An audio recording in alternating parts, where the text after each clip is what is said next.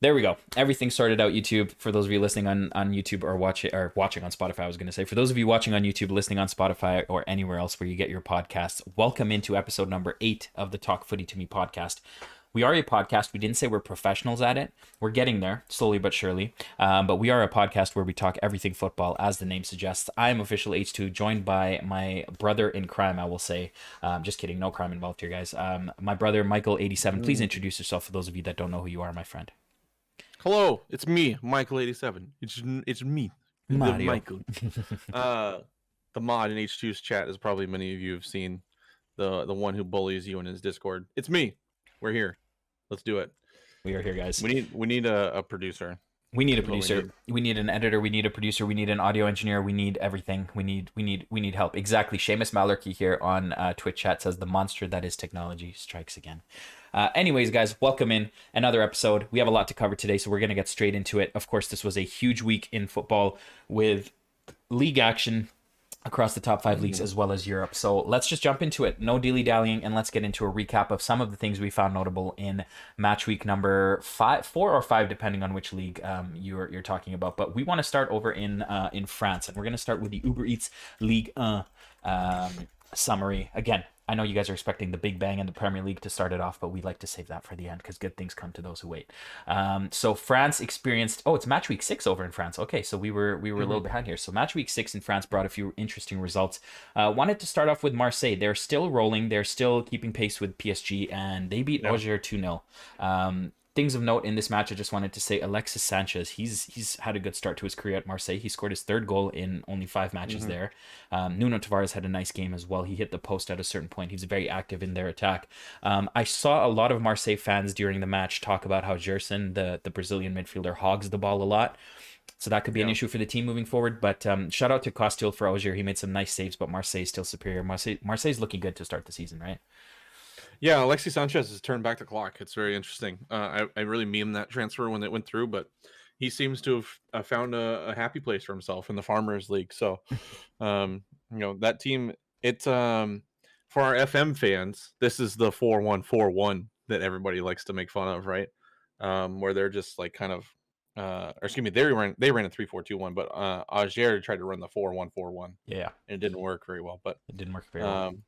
yeah, Alexis Sanchez, man, he's turned the clock. Yeah, he's another one of those people that's beaten Father Time, so good for him. 100%. I said three goals in 5 matches. It's actually 3 and 2, but he's been there for 5 matches. But his last 2, he scored 3. Yeah. Moving on, we had Lyon. Carl Toko Ekambi continues to score, man. I think he had a couple in this game, if not one. I think it was 1. I think it was 2. I can't remember exactly. But the bottom, he had 2. Yeah. There you go. He scored 30 league goals for Lyon since he joined them in 2020. By the way, that was an interesting stat I saw. Angers looked terrible defensively. I mean, no offense to them, they were soft. They were conceding lots of space. Runners in behind. It is Angers, so I think we, with no disrespect, wouldn't expect much against Lyon. Lacazette scored again, 4 goals and 6 for him. And Lyon was basically 3 points off top with that game in hand, which was rescheduled from match week 2, if you guys remember, which we will talk about coming up. But 5-0 against Angers. Thoughts on that, Michael? As you said, it's Angers. Unfortunately, they're on a negative 11 goal differential after this game, which is the worst in the league.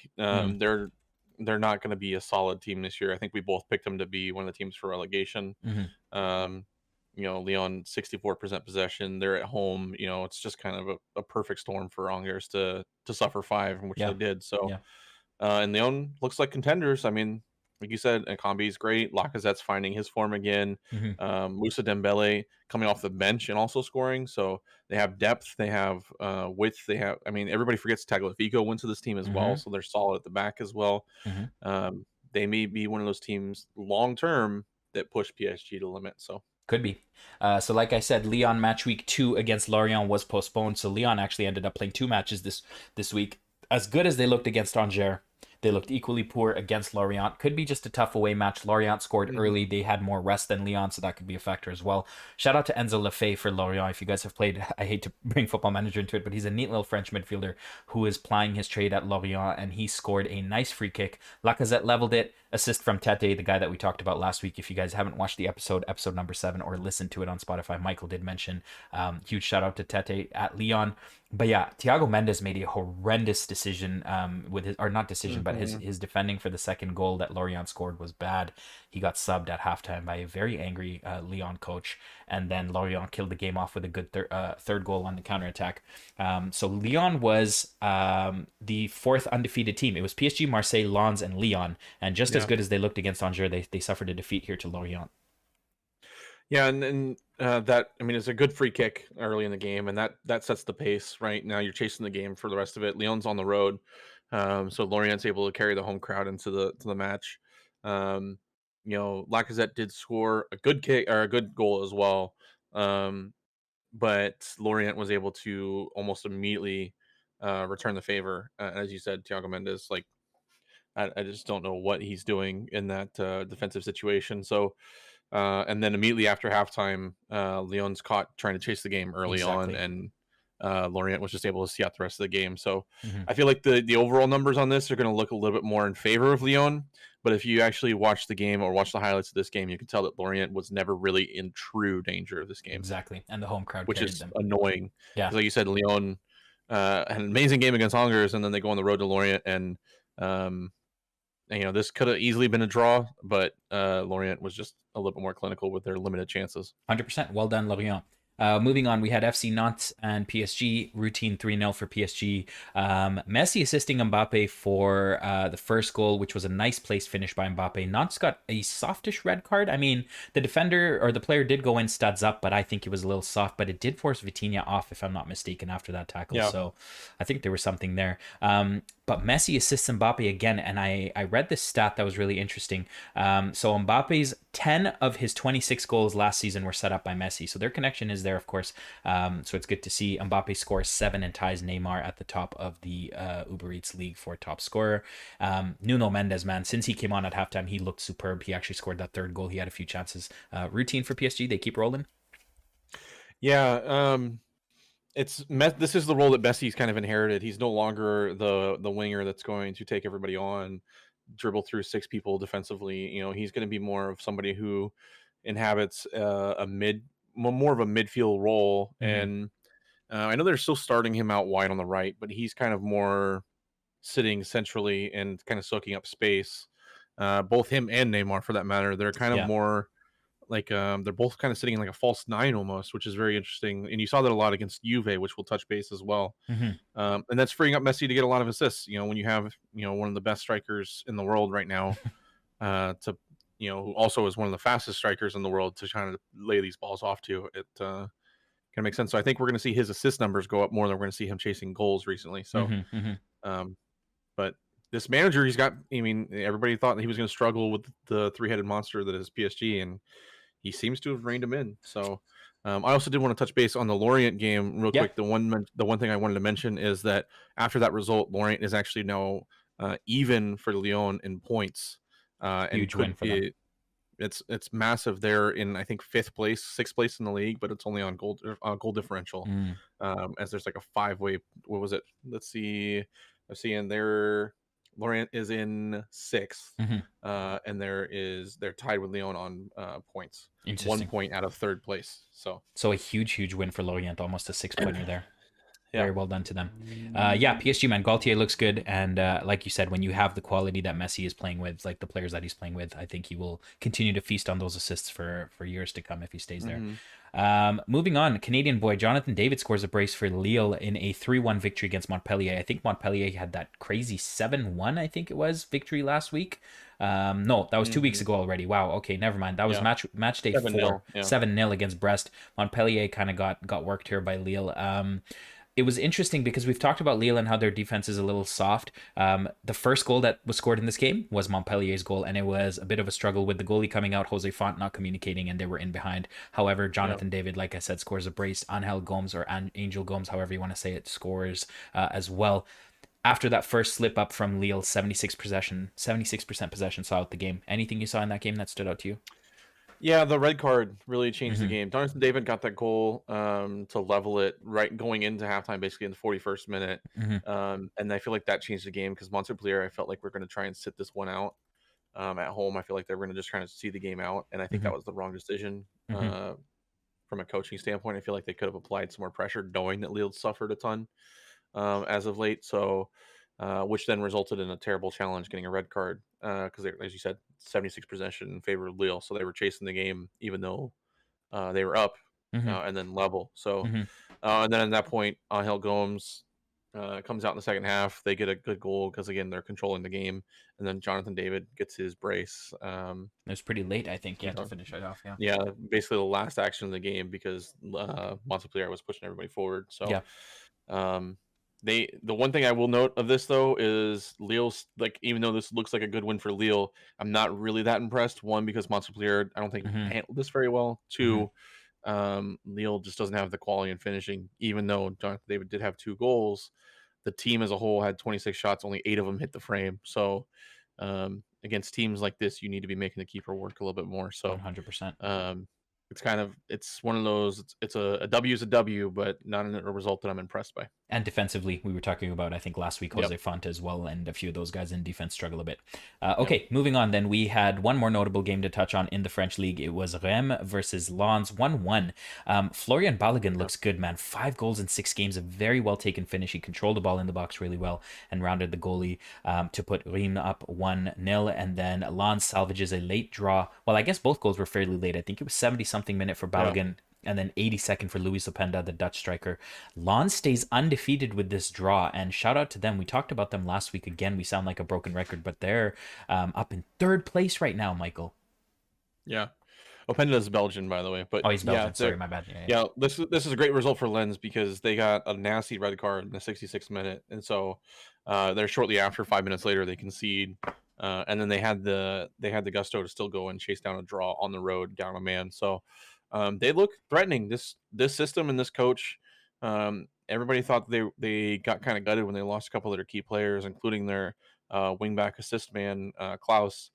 But they seem to have kept enough of the core, and the addition of Openda seems to have given them that little bit of oomph they're going to need. So, like you said, they're in 3rd place right now. And that's in this league, that's the spot that's always up for grabs. There's the first, number 1, number 2, and then it's like 3 through 5, 3 through 6 are always really, really, really tight. So if they can, these are the type of results that are going to keep you there. Is this late draw that salvaged a point out of 0. So and on the road, if you can draw on the road, you're a good team. For me, this is a great result. 100%. I agree. And then one more game that we didn't really have many side notes, but a nice 1-0 win for Monaco over Nice. Brillambolo scoring in the 69th minute. Where does that leave Ligue 1? Then PSG sit atop the table on 16 points. They are tied with Marseille on points, but a plus 10 goal difference for PSG sees them retain top spot. Exactly. Lens in 3rd with 14 points. That's 2 behind the leaders. And then Lyon in 4th on 13 points, and Lorient in 5th. On 13 as well. So an interesting top 5. PSG looks like they are looking like the title contenders that everybody expects to see at this point. I will say Nice is the surprise to me here, all the way down in 16th. Yeah.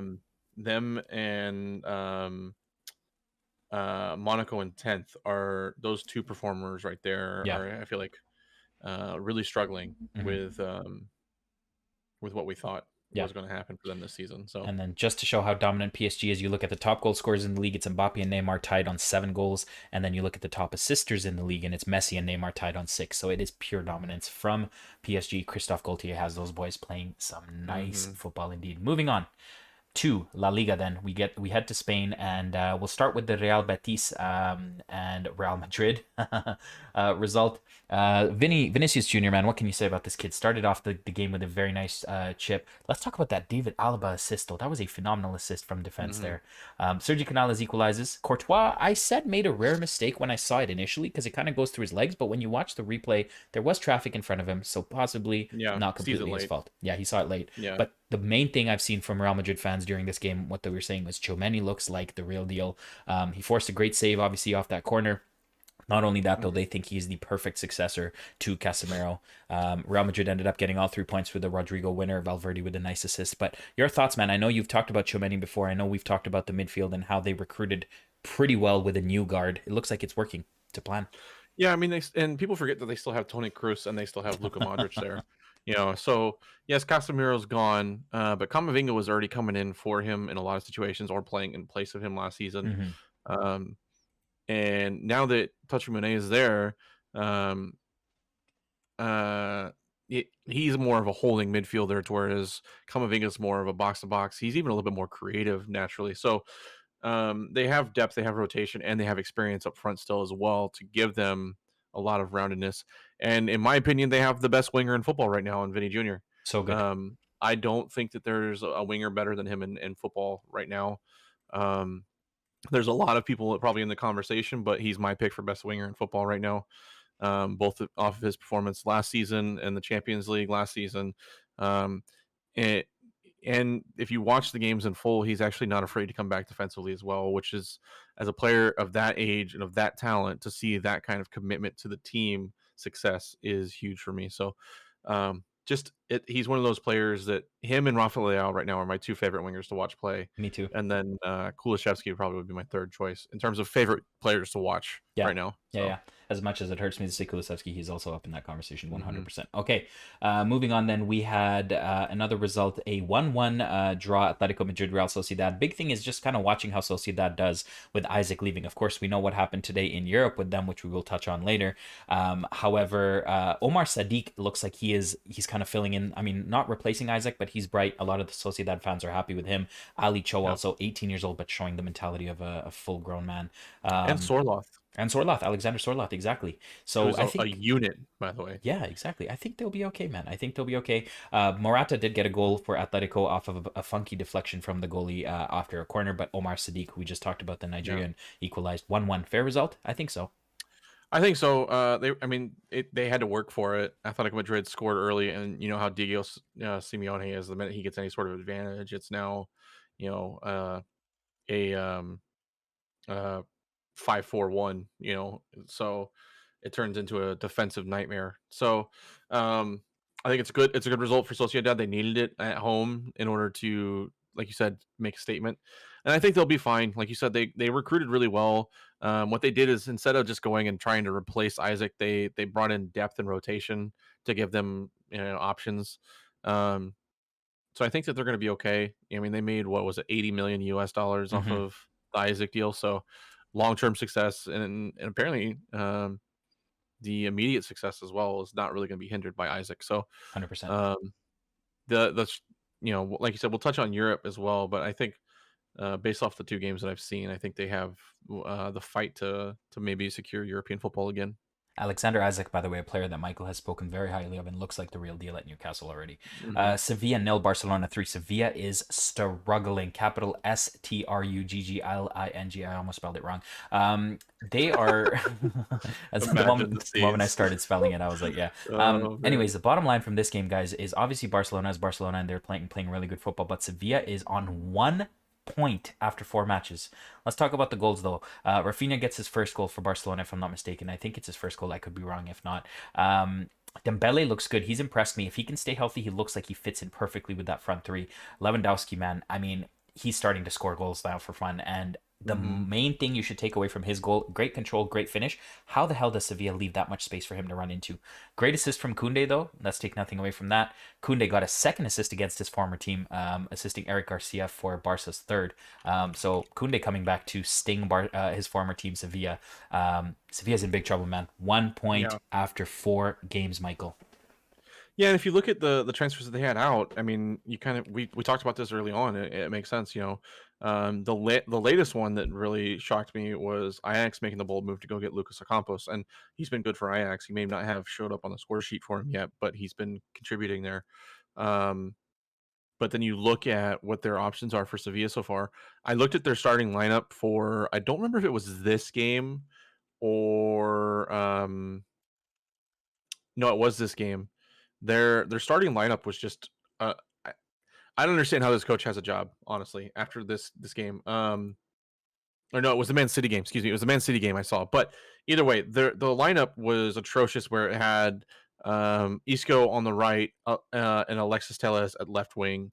And then I forget who it was at striker, but it was Papu Gomez at striker, the 90-year-old Papu Gomez playing up front at striker.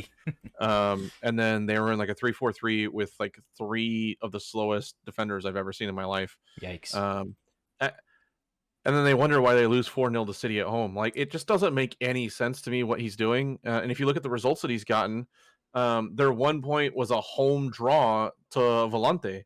So I mean, if you look at some of the other people losing their job right now, I don't understand how he is going to have his job. Come next month. I'd be surprised if he makes it through October if this stays. Like you said, 1 point, -5 goal differential. Their only point is a draw at home to the quality of excuse me, it wasn't it was Valladolid. Did I say the Valladolid? Yeah. And like I saw a week ago that they said the board is going to give him some more time, but why? Yeah. Anyways, we'll see. We'll see. To buy more retirement home players. Yeah, I guess. literally. So Sevilla's one to watch, man. Quick summary of the other action. Osasuna continues to do well, man. They beat Rayo Vallecano, move up to 5th place. Mm-hmm. I did want to also point out this isn't like a surprise to me as well, because if you look at their friendlies, a 1-1 draw against Spurs, sure, whatever. We're talking about Sevilla, right? Yeah. A 1-1 draw to Sporting. Yeah, that's terrible. They beat Angers 6-0, but we already talked about Angers. Then they lost to Arsenal 6-0. Then they lost to Leicester 1-0, and you know how Leicester's doing in Leicester. And then their last friendly was a 1-0 home win against Cadiz. So it was in the stars. It was written in the stars. Yeah. Unbelievable. Okay. Osasuna, shout out to them, man. They continue to do well. They're sneaking into 5th place after a win over Rayo Vallecano. They've been impressive to start the season. Espanyol with I would say a huge win for them. It's a 1-0 over Bilbao. Espanyol down in 15th. Obviously, Bilbao, a team that's always sniffing around the European spots, whether it's your Conference League or Europa League. So, well, then you had Celta Vigo as well on Friday. And I remember chatting to you about this one when it was like you watch Celta Vigo game starting now, and then a couple minutes later, it's Iago Aspas scores. Iago Aspas, man. I'd bet the house that he's going to score a goal for them every time he's out, and he scored 2 this game as they take. Bottom of the table, Cadiz at home or on the road in Celta Vigo, but remember we said it was Iago Aspas for Celta Vigo and. Iglesias for Betis. Borja Iglesias for Betis. Yeah. The two, they just go hand in hand with the teams, man. I think the game of the week was Valencia smacking Getafe 5-1. That was a juicy game, man. Valencia looked 2 red cards late. Yeah, 88 and 95th or something like that. But yeah, shout out to Valencia, man. They looked good. The big thing for me though, Villarreal, man. They're even on points with Barcelona. We know they're a good team. The Yellow Submarine keeps rolling, but they're kind of looking like the real deal here this year. In terms of being possibly replacing Atletico as that second team or the third team in the conversation. It's still early days, but I mean they're 1 goal difference. They're a plus 2 goal difference on Real Madrid and 1 goal behind Barcelona. But I guess their strength of schedule hasn't been obviously nearly as tough or challenging possibly. Well, this is one of those teams where they benefit from cohesion. It's the same team every year. They only lost Estupiñán and he went to Brighton. But then they brought in Peperina as a filler behind Asensio. And then they re-signed Lo Celso from Tottenham on an official deal because they really liked how he played. And then they brought in Mamadou Fall, who's a good player for LAFC, and I got to see him play a couple times. So they liked what they had. They knew that they were really close to doing a lot of good things last year. So cohesion goes a long way for them. And 100%. I will say the asterisk on this game is, the quality of opponent that they did play, but you can only beat what's in front of you, and they had to do it. So 100%. And this is also after they, by the way, were coming off of they had to play their way in to Europa League. Europa League, yeah. They went the long way. They've had to battle through a tough schedule so far. So a 4-0 win with 4 different goal scorers as well. So it's not something to shake your head at. Nope. And Lo Celso gets a tally as well. So Lo Celso fits that team very well. So then I think that the key thing for them is if Moreno can stay healthy, because I think that was what hurt them last year. Moreno getting injured, and then they had to play Lo Celso at striker, which is just not his natural fit. If Moreno can stay healthy, and then they can have Parejo and Lo Celso in the middle behind him, I think they'll be okay. Be good. 100%, man. So after 4 match weeks, then Real Madrid topped the table in Spain on 12 points. Right behind them, Barcelona in 2nd on 10 points. Villarreal in 3rd on 10 points, sniffing around there. 4th is Real Betis on 9. Osasuna in 5th on 9. And then Bilbao in 6th. I guess the biggest surprise for you, Michael, has to be Sevilla down in 17th. Yeah, that's the only real surprise. The rest of the table's kind of shaken up how we thought it was going to. Yep. Maybe Villarreal being as high as they are, but it's Sevilla. Sevilla is the talking point of La Liga right now. Other than that, Lewandowski everybody memed him after the first game, and he didn't immediately score a hat trick, and he's going to be a Barcelona flop, and blah blah blah. I told you guys he's He's built different. The Bundesliga is a farmers league. Yeah, okay. Tell me now. After 4 match weeks, then top of the league in terms of scoring, Lewandowski on 5, but that guy Iago Aspas is sneaking in there, man. He has 5 goals as well. And then who else? Borja Iglesias right behind them on 4. Just Told like you guys. Said. It's funny. Top assister is João Felix on 3, and then Ansu Fati and a bunch of people tied on 2. I am not a gambler on football, and we've both set our states on gambling on football. But if you're one of those people that like to, those are the names that you need to remember when it comes to betting day is Iago Aspas and Iglesias. Easy money. Easy money indeed. Gamble responsibly. Okay, moving on then to the German league that Michael just touched on, the Bundesliga. Let's move on to match week 5 in there and talk about what happened. Dortmund beats Hoffenheim to start the week off with a 1-0 win. Marco Reus scoring in the 16th minute. They held on there. Anything you saw in that game that stood out to you, buddy? It was kind of a boring game, to be honest. Yeah, it was. I tuned out after the Reus goal. Yeah, Dortmund kind of controlled it for the most part. They still are struggling with finishing, I think. They need consistency up front. And I think once they find out who they want to be up front, they're going to be a little bit better off. But, overall, a W, like you said, WW, but nothing that impressed me here other than Marco Reus being ageless. Timeless, yeah. Timeless, yeah. Union Berlin, that was, I think, anyone who's heard our podcast before, and Michael, for those of you that don't know and are new here, Michael's hiding his face for those of you on Spotify. Michael is, of course, our resident Bayern München. We'll say supporter, we'll say aficionado, we'll say lover. I don't know what it is. Basically, he likes Bayern Munich, and of course, he has German heritage, so he has every reason to follow this league closely. Union Berlin, man, we've talked about them. We've put respect on their name. They find a way to get that draw. It's what's interesting to me was that the 2 goals in this game were scored so close to each other, 12th minute and then 15th minute, and then it was just, I think, a scrap to hold on to the points for Union Berlin. What were your thoughts? Because I know you probably watched this game in detail. This was a dogfight, and remember last episode I predicted a 2-2 draw on this one. I knew that this was going to be a dogfight. Berlin has everything to prove.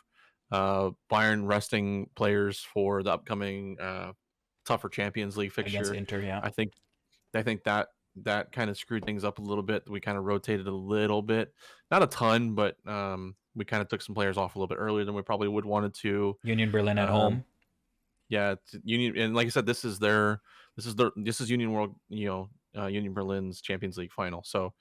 No disrespect to them because they have been playing great all season, but when the big dog comes to your house, you got to stand up and fight for it. So it was just that. Yeah, we just talked about it today in the Discord too, guys. By the way, if you are not part of the Discord already, guys, please, Mykal87 and I both have Discords where we interact with people during match days and even away from match days. So please feel free to join those to get involved with discussions. But Michael, you talked about this because no spoilers, but Union Berlin did struggle today in Europe.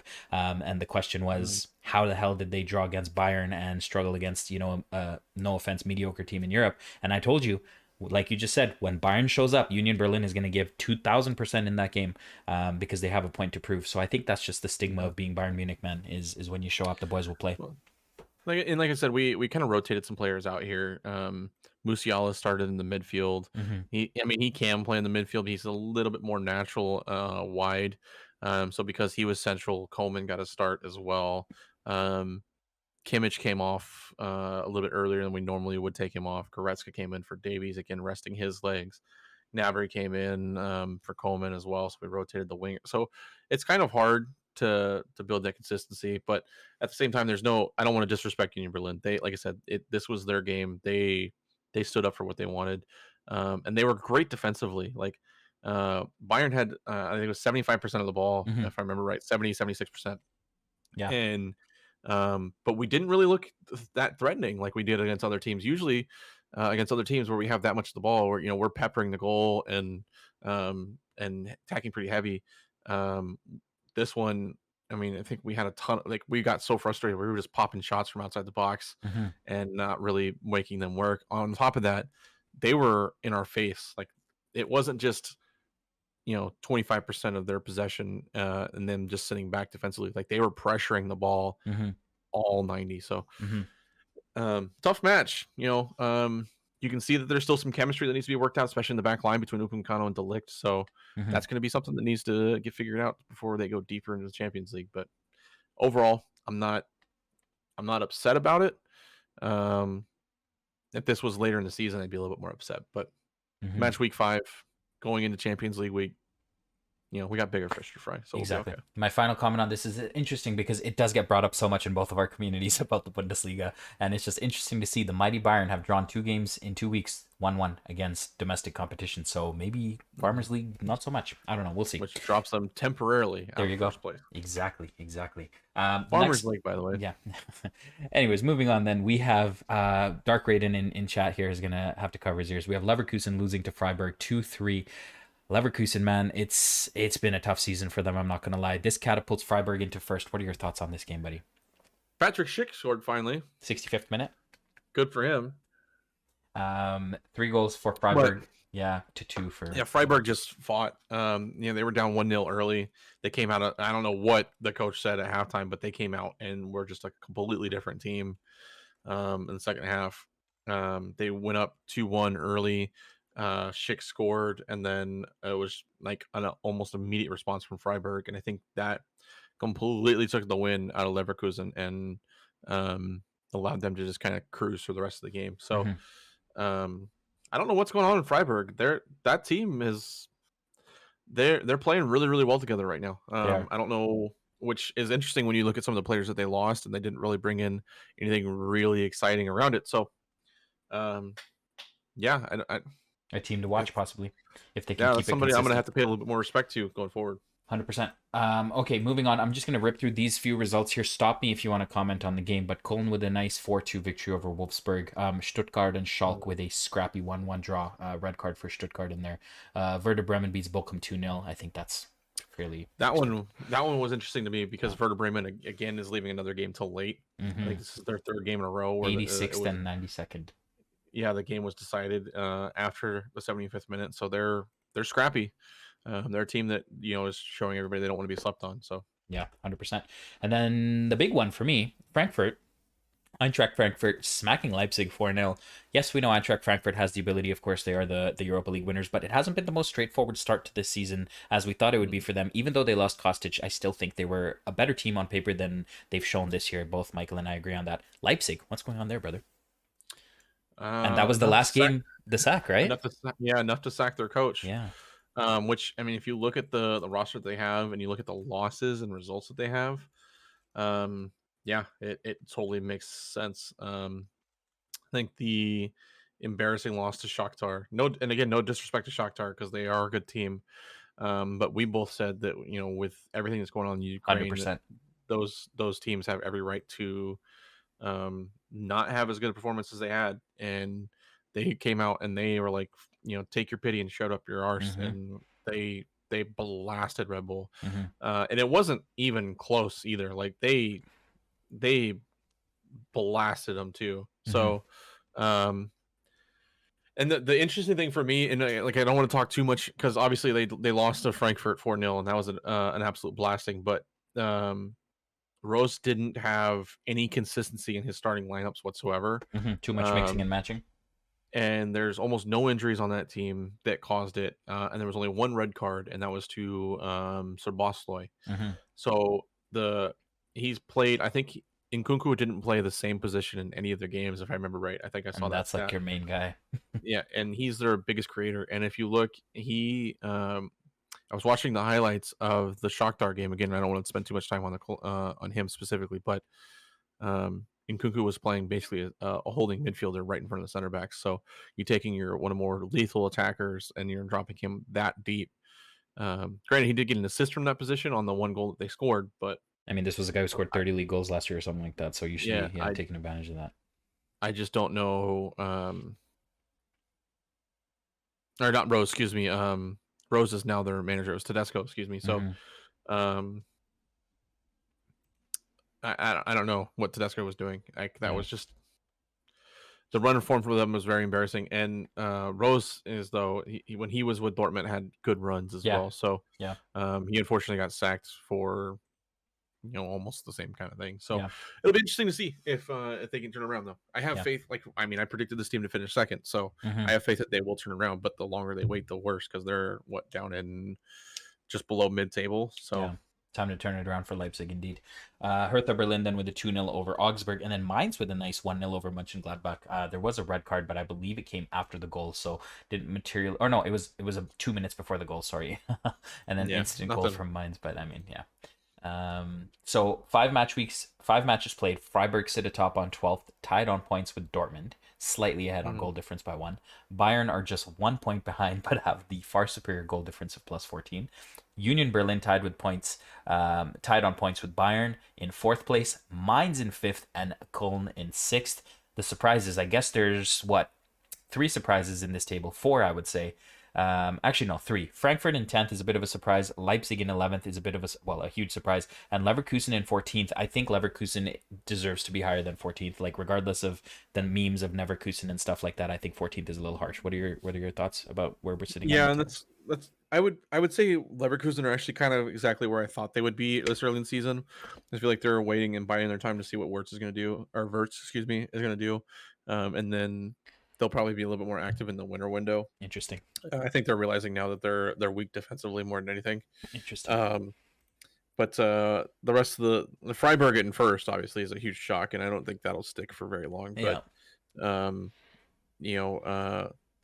it's Red Bulls is definitely the one that makes you go. They're like the Sevilla of right now of Bundesliga, where it's just kind of like this situation though is Sevilla has a dog shit team. The Red Bulls has a really good team, and they're just not pulling it together. So 100%. Geraldo Becker from Union Berlin and Niklas Füllkrug from Werder lead the league in goals, 5 each. And assists is Muani from Frankfurt with 4 assists to lead the league in assists. So I also remember we talked about Leipzig. If they were going to be a serious contender, then great. And they need to keep the team together. If they continue this performance and they're like, just below top of the table, they blow that team up. Come the winter window, I think that team gets fire sold and they rebuild and start over. 100%. It's interesting because did Guardiola sign that huge extension? Because I read that they were working on it. Guardiola did, yeah. He did? Okay, so he's one that's tied down. Guardiola did. Nkunku's got 3 years left, so he's still kind of mid. Olmo, I think, is on the fine. I think he's actually on the final year. He's the one to watch. Contract. You've talked about him before. Yeah. Danny Olmo, I think he's on the final year of his contract, but I think they have an option to extend his, if I remember right. I'm trying. They have a whole bunch of weird contracts coming up, and then Sir Bosley is on 2 years as well, so he's in danger of being shipped out. Nkunku to me is the one that, even though he's got 3 years left and he just recently signed a new year deal, having been the best player in Germany last season, and playing on a team of this consistently, quality, and he's probably going to get the French team called up and probably going to get to show off on the big stage eventually. So, and I talked about how I don't know why they're playing him all over the place because they need him up front, but he can technically play all over the place and could fit into a team where they need something like that. So 100%. And I think he said he is a boyhood fan of PSG as well. So he came through their academy too, I'm pretty sure. Yeah. Especially with how some of their midfielders are aging. Who knows where that goes? So you heard it here first. Nkunku to PSG ? All right. Match day 5 in Serie A. Then we have a lot to talk about with Europe, so we're going to kind of fly through these. There is one big highlight from the week, obviously, that we'll touch on probably at the end, which was the Milan derby. But Fiorentina holding Juventus to a 1-1 draw. Juventus looked invisible, man. They had 4 shots in the whole game, 1 shot on target. Juventus is a team we talk about a lot. What's going on there, Michael? They're still trying to figure out what's going on up front. They signed Milik, which we've already talked about. Vlahovic is there, but they started Milik. It's really weird for them to come out in this kind of lineup. Kostic got to start. Di Maria got his first start for the team. But then the midfield for me is still where it's kind of weird, where they don't really have anybody to pull strings in the midfield. They started McKennie, Paredes, and Locatelli, so 3 more defensive-minded midfielders behind, I would argue, a more defensive-minded winger in Kostic. Di Maria, who only has one thing on his mind ever, and that's cut inside to shoot. And then Milik, who is a target forward who needs support. He needs someone to feed the ball to him. So, and they started Danilo at center back, by the way. That's how desperate they are at center back. They moved Danilo to center back. So I think that was what got him punished the most. And now they also don't have Szczesny anymore because he's out, I think, for like a couple months. That ankle, Achilles, I think it was gnarly. Yeah. So, and Fiorentina at home, Fiorentina's got a solid team as well. Not a lot of names that people have probably heard of, but a good team that was built for a purpose. And They did suffer a goal early, but they had they took it to Juventus. Like you said, Juventus only got 1 shot on target this entire game. 4 shots registered throughout the whole game. Fiorentina with 60% of possession, and they managed 17 shots. So and 10 corners. So this would be one of those games where an alarm bell needs to start ringing at Juve that they need to figure it out quick, because 100%. They are now 7th on the table. And without spoiling the middle of the week, things didn't go well for Juve there either. Napoli beats Lazio 2-1. Huge win for Napoli. Lazio with an early goal, and you kind of thought that they were kind of putting their stamp on the game, but Napoli looks like a very good team this year, honestly. Kim Min-jae, the center back, scores, and then the boy that I've been talking about. Go back to episode number 1 or 2, I forget, but I said this was the player I'm most excited to watch this year, and he is blowing up, and I'm so happy. This guy is called Kvaradona, man. I'm telling you, Kvichka Kvaratskhelia, aka Kvaradona. He scored in this game and had an amazing middle of the week performance in the Champions League as well. So how do you say his name, bro? I don't even know. There was a TikTok today from Napoli where he's like, it's like Kvaratskhelia. Yeah, so it's Kvicha Kvaratskhelia or something, but people just call him Kvara, like Kvara. Kvara is what you can call him. So yeah, I remember seeing him in the game today, and his name barely fit on his shirt. Exactly. We call him Kvaradona is what we call him. Anyways, a good win for Napoli there. I think nothing stood out through the rest of the league other than Roma getting absolutely thumped by Udinese 4-0.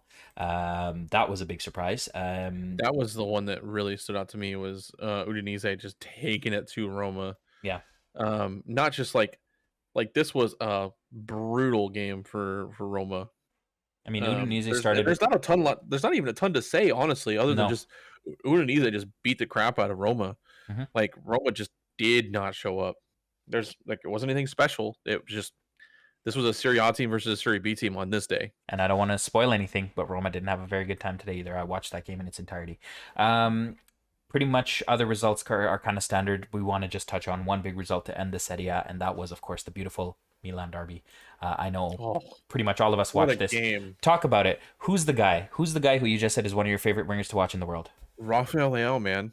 Game changer. That's all you can say. Both goals, right? Both goals in this game were just chef's kiss. You know what I mean? It was just, they were both bangers. And then Giroud, the timeless wonder, you're a huge fan of his. Love him. The guy just can't stop scoring at 99 years old in football years. But shout out to Inter too, man. This reminded me of the Milan derby from like the late 90s, early 2000s, where these two teams are bleeding to make Milan red or blue, and it was amazing. The atmosphere it was loud. Like you could barely hear the announcers on the broadcast. They had to actually deafen some of the crowd noise.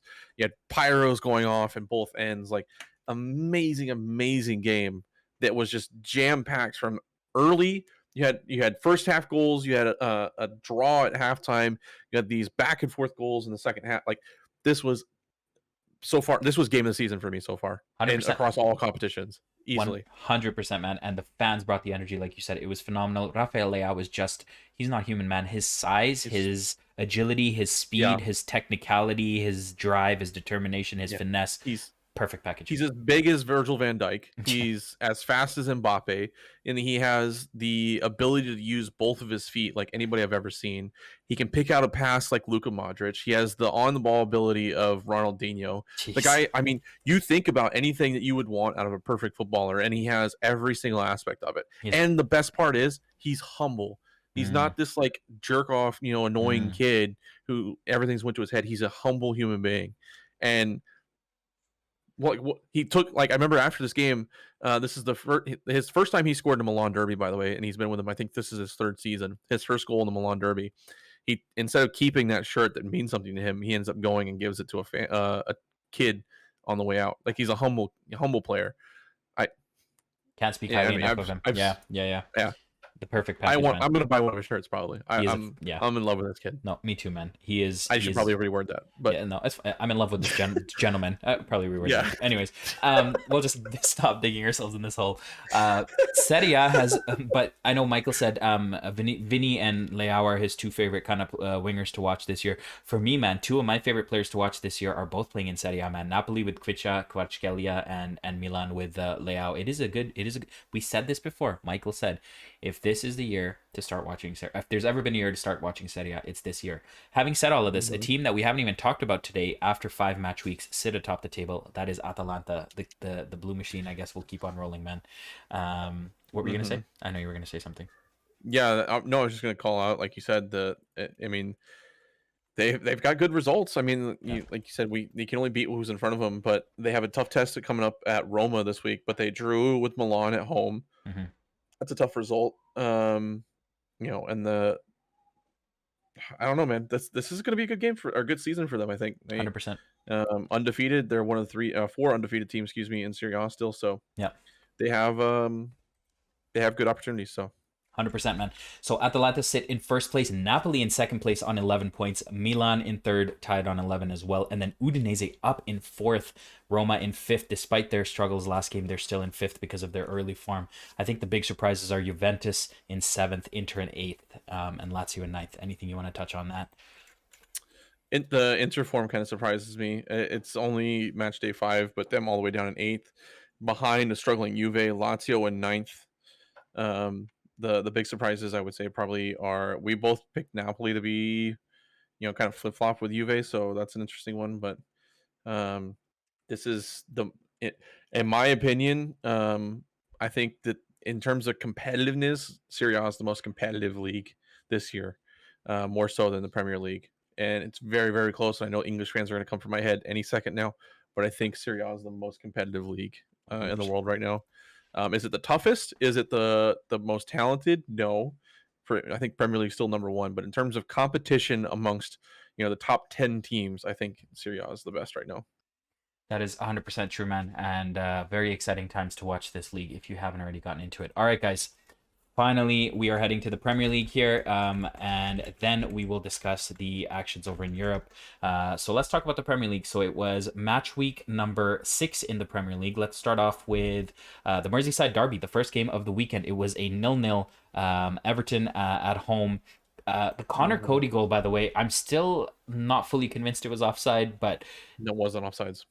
So, I mean, again, this was a week where it's just every week we start talking about the referees. We want to keep this a little short because there's a lot of stuff to cover, and we're so yeah. Quick fire thoughts, I guess, on this 0-0.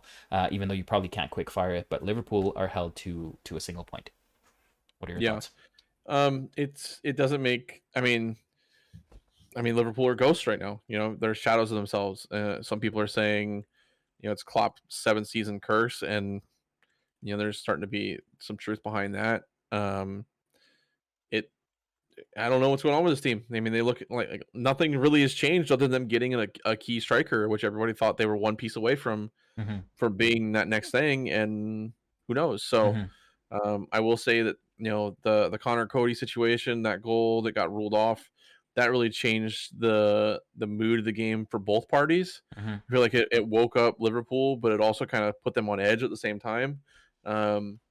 And then Everton, I felt like it took the wind completely out of their sails. So, I don't know. And then this is another game, by the way, where Everton has come out with a completely different formation and rotation of players. So I don't think they know what they're doing. I don't think that there's going to be any consistency there until probably a new manager takes over, or they get relegated, one of the two. And then Klopp, I know Klopp is in, and I want to say this right off the gate, Klopp is in no risk of being sacked anytime soon. He said this I would put the farm on it. He's had way too much success for Liverpool, and since he's basically took over the team, he's been a winning breed. If this is his first hiccup, and it's only 6 games into the season, he is in no way, in any shape or form, at risk of being sacked. Is he going to be under a microscope? Yes. Yeah. But I think he'll turn around. He'll probably secure a European spot, no question.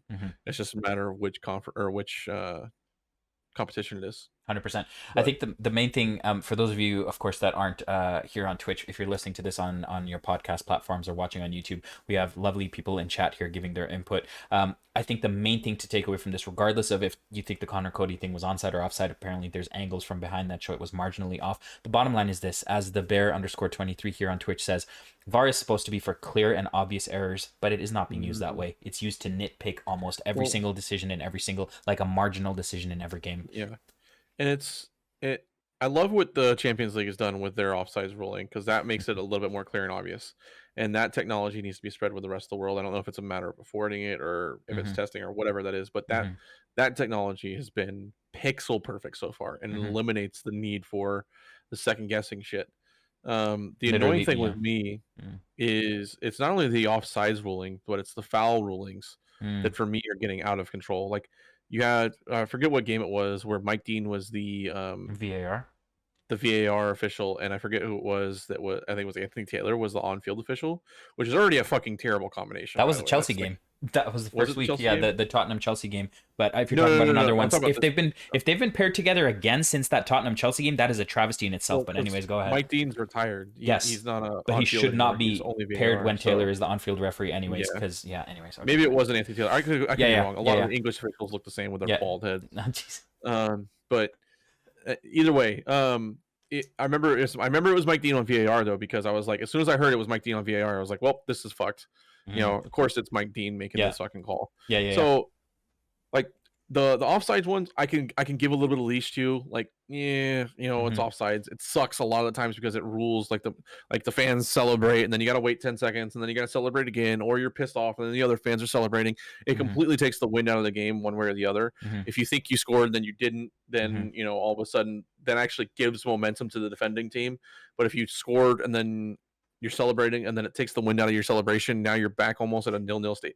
I feel like it ruins the flow of the game. But the foul VAR is the one that is the most atrocious, and I feel like it's the worst in the Premier League, because like you said, it's supposed to be clear and obvious, but I still feel like it's subjective to a referee's opinion on what is foul. And so the on-field official doesn't call it, the VAR official's like, no, you need to take a look at this. The on-field official's like, no, fuck you, this wasn't a foul.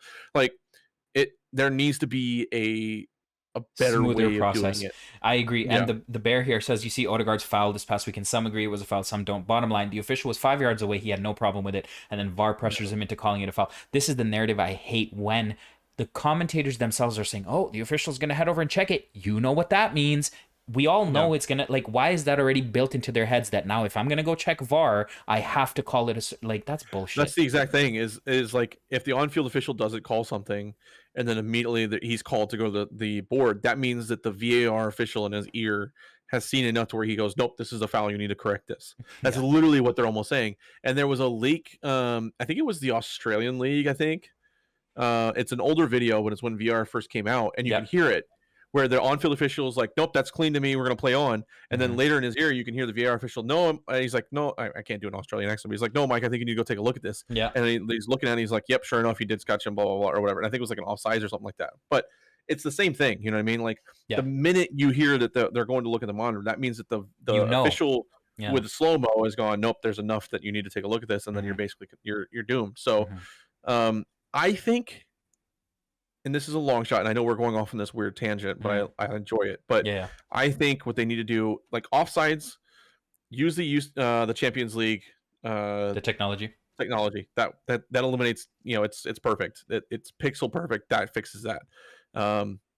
When it comes to the fouls, because there's no way that you're ever going to get that kind of technology applied for fouls, because even the rule book says it's up to discretion of the referee. I think you need to have a committee of VAR.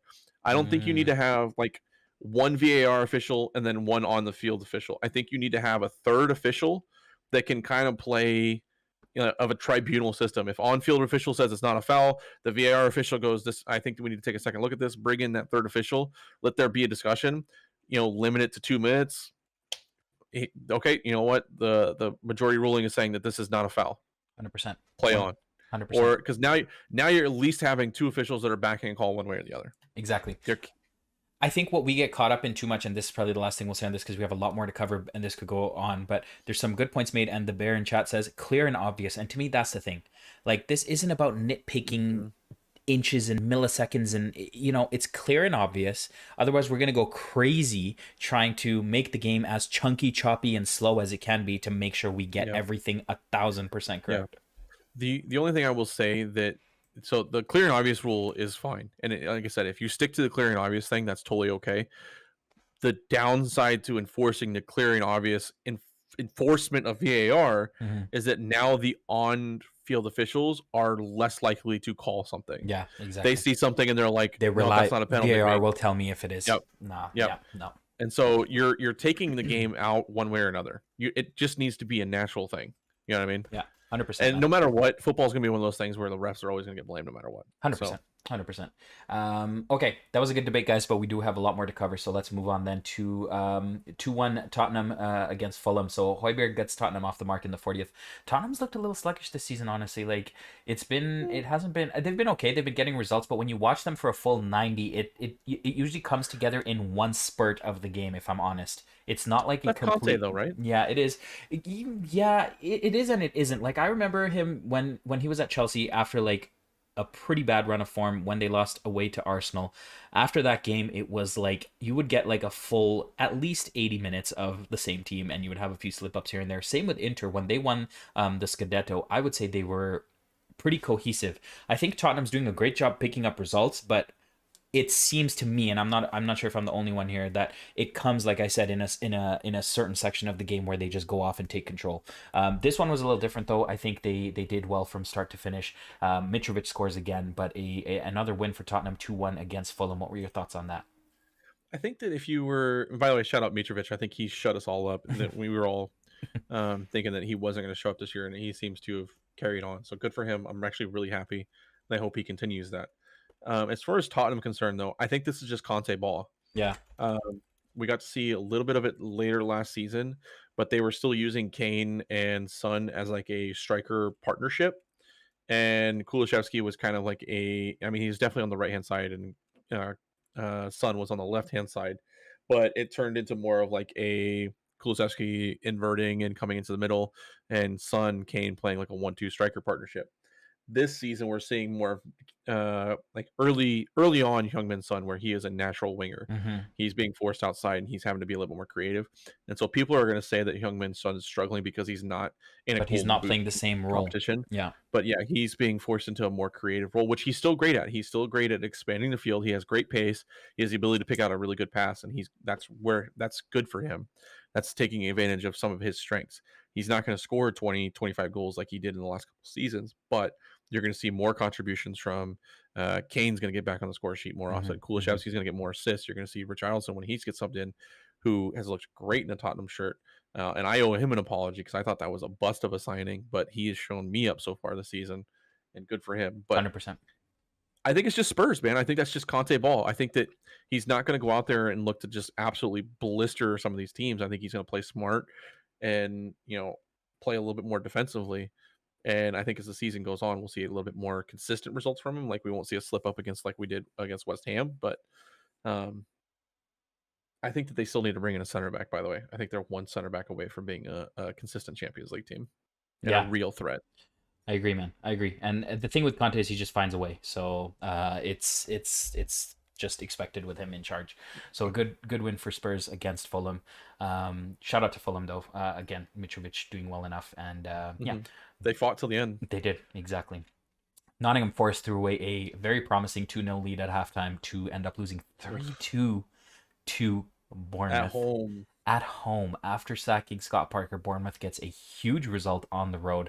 Not so sure what went wrong. I mean, we've talked about this before, man, and you've said this, I think, pretty vocally, and I've agreed with you 100%. The amount of money that Nottingham Forest has spent, there is no way this team is financially able to survive if they don't achieve something extraordinary this season. What happened there? Yeah, and it's, and maybe this is also could be, Bournemouth waking up. Maybe it took the sacking of their coach and they turned everything around. So, I do want to put some respect on Bournemouth. They fought in a really dark time for their club. Yeah. But Nottingham Forest, I feel like they're pushing to be in European contention, and I feel like they're going to need that European prize money eventually to save themselves if they're not going to be already hit with a tax bill and a financial fair play rule. So yeah. It's results like this, though, where they're going to look back and be like, kind of like Arsenal last season, where you look back at, where they could have maybe saved some points and had a better, ending of the season. And I think this is one of those games where you look back and you're like, yeah, man, I wish we didn't, give up 3 in the second half to lose 3 points. 100%. I think they like. I think a lot of people in chat are echoing the fact that if they survive, they'll be okay. I think that's the main thing I for don't them. think But so. I mean, they I think they have got to do had. more than survive. Yeah, I mean, well, like it's still a long season. They've had flashes where they look like they're gonna be fine. Like when you have such a huge turnover in the squad, right? There's always gonna be a kind of a betting in period. It's rare that it's gonna work instantly. I think as long as there's like a concrete plan for Forest, as long as there is a reason for each person being purchased, I think in the long run, if they can make it work, potentially they know better than us, man. They're spending the money knowing something. So I don't know. We'll see. We'll see. But it is very very ambitious from what we've seen so far. Yeah. Moving on then to Chelsea against West Ham. Man, this was an interesting one. Again, soft from set pieces. It's. I said it in the Discord. For those of you that don't know or are new, I'm of course a Chelsea supporter. Have been for many years. Nothing new here. I mean, this was the same mentality from Chelsea. Left it till very late. Ben Chilwell had to come off the bench. A nice finish by him. Shout out to him. He's someone who gets forgotten a lot because Kukureya is the new guy in and all of that. But Chilwell is someone recovering from a very serious injury. And this would eventually have been Tuchel's last game in charge, man. I think in the Premier League at least. And then Havertz scoring and shushing the fans, which a lot of fans I heard a lot about that, by the way. I agree, man. Like, you know what? I talked about this on stream. I don't want to get derailed. I just say if we all scored a goal like that, or not even a goal like that, but if we got shit on as much as he does and then scored a goal, I would like to see, as a human, I would probably take off my shirt and run around and go crazy. No one wants to see that, I know. But anyways, it's just a human thing. Chelsea probably didn't deserve to win. I don't think Chelsea hasn't deserved to win any of the games this season. You guys, if you've been in my channel for more than 5 minutes, you know how I feel about this. So I'm not going to make this a Chelsea thing.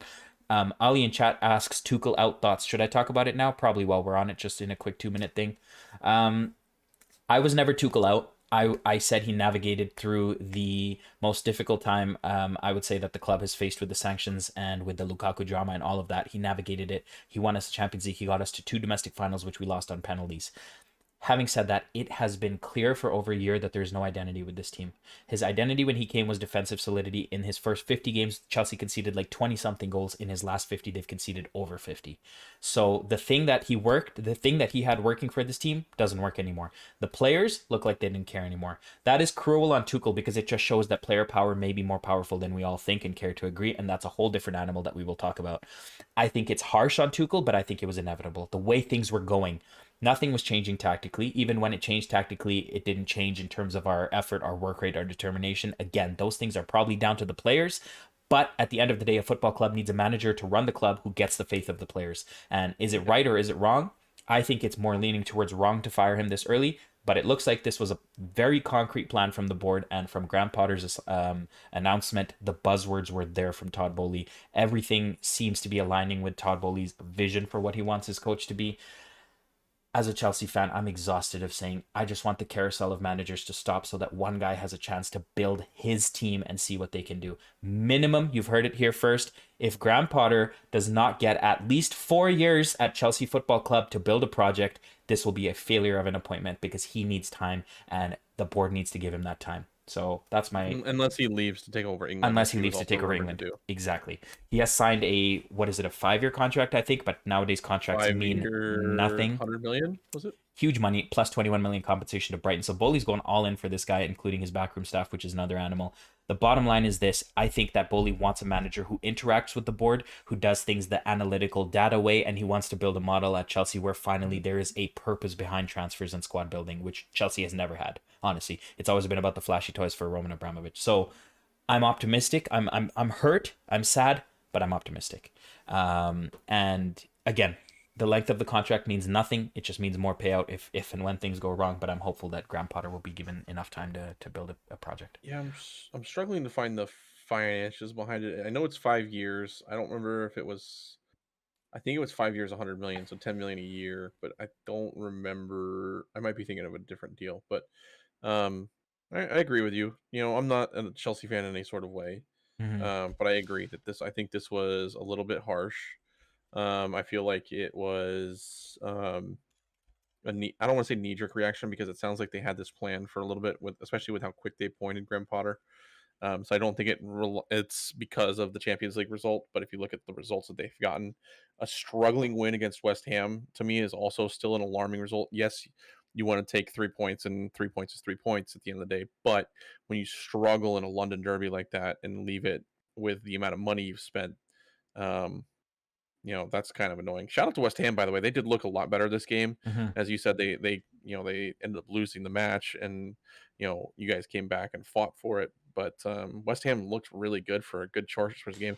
And I mean, there's the elephant in the room of this probably should have been a draw. It's not the elephant in the room. I will be the first person, and I just want to touch on one thing before we move on.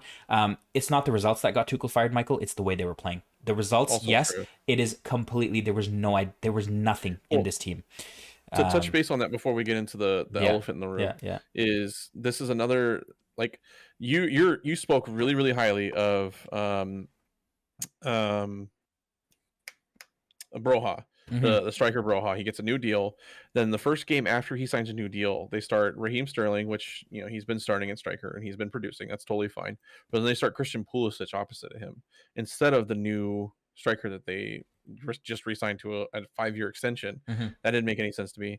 And then they started Loftus-Cheek at holding midfield, which didn't make any sense to me. And he played behind Kovacic, which I was saying that you guys probably should get back into Kovacic. I think he's better than Jorginho anyways. He's been the best player at Chelsea for the last 2 years. And then Gallagher, who had a nightmare of a game. And then Cucurella. The autocorrect. Yeah. I think he's been awful for Chelsea so far. I don't think he's been anywhere near the level he was at Brighton. Maybe Potter changes that for him. But I think also the backline trio for you guys, the talent in each individual spot. Silva, Koulibaly, and Fofana, talent-wise, are great. I think the cohesion of the three it's not a unit. Three of them it's not a unit. Is not what they need to be. So, and you can see Silva's pissed off every time because it's always somebody not being where they're supposed to be when you guys are conceding. So, 100%. It's a new formation again. It's a little bit more attacking, which is what people wanted to see. However, it didn't work. You're also really, really, and you could see now how much Chelsea's struggling without Conte and how much of a huge puzzle piece Conte was for your team. And I know a lot of Chelsea fans are kind of reluctant to say that he was,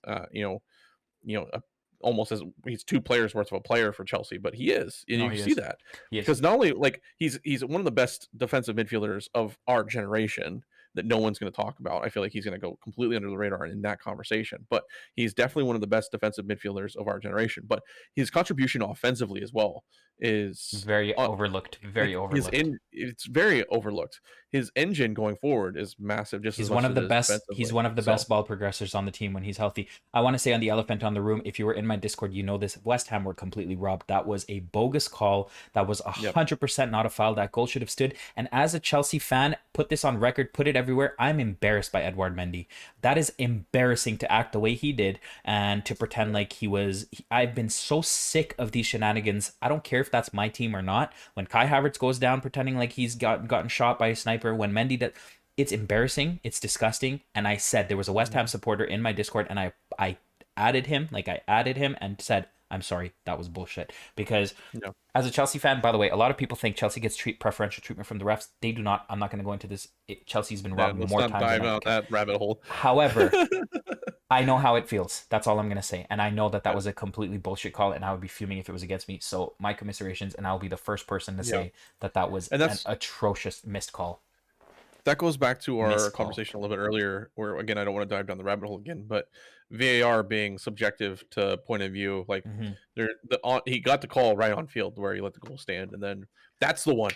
That was the one where Mike Dean was the VAR official, and I think it was Mike Dean. Okay. I'm pretty sure. The only reason I'm surprised is because 2 weeks before that he was the VAR for Tottenham, so I didn't think they'd put him on again that soon. But anyways, yeah.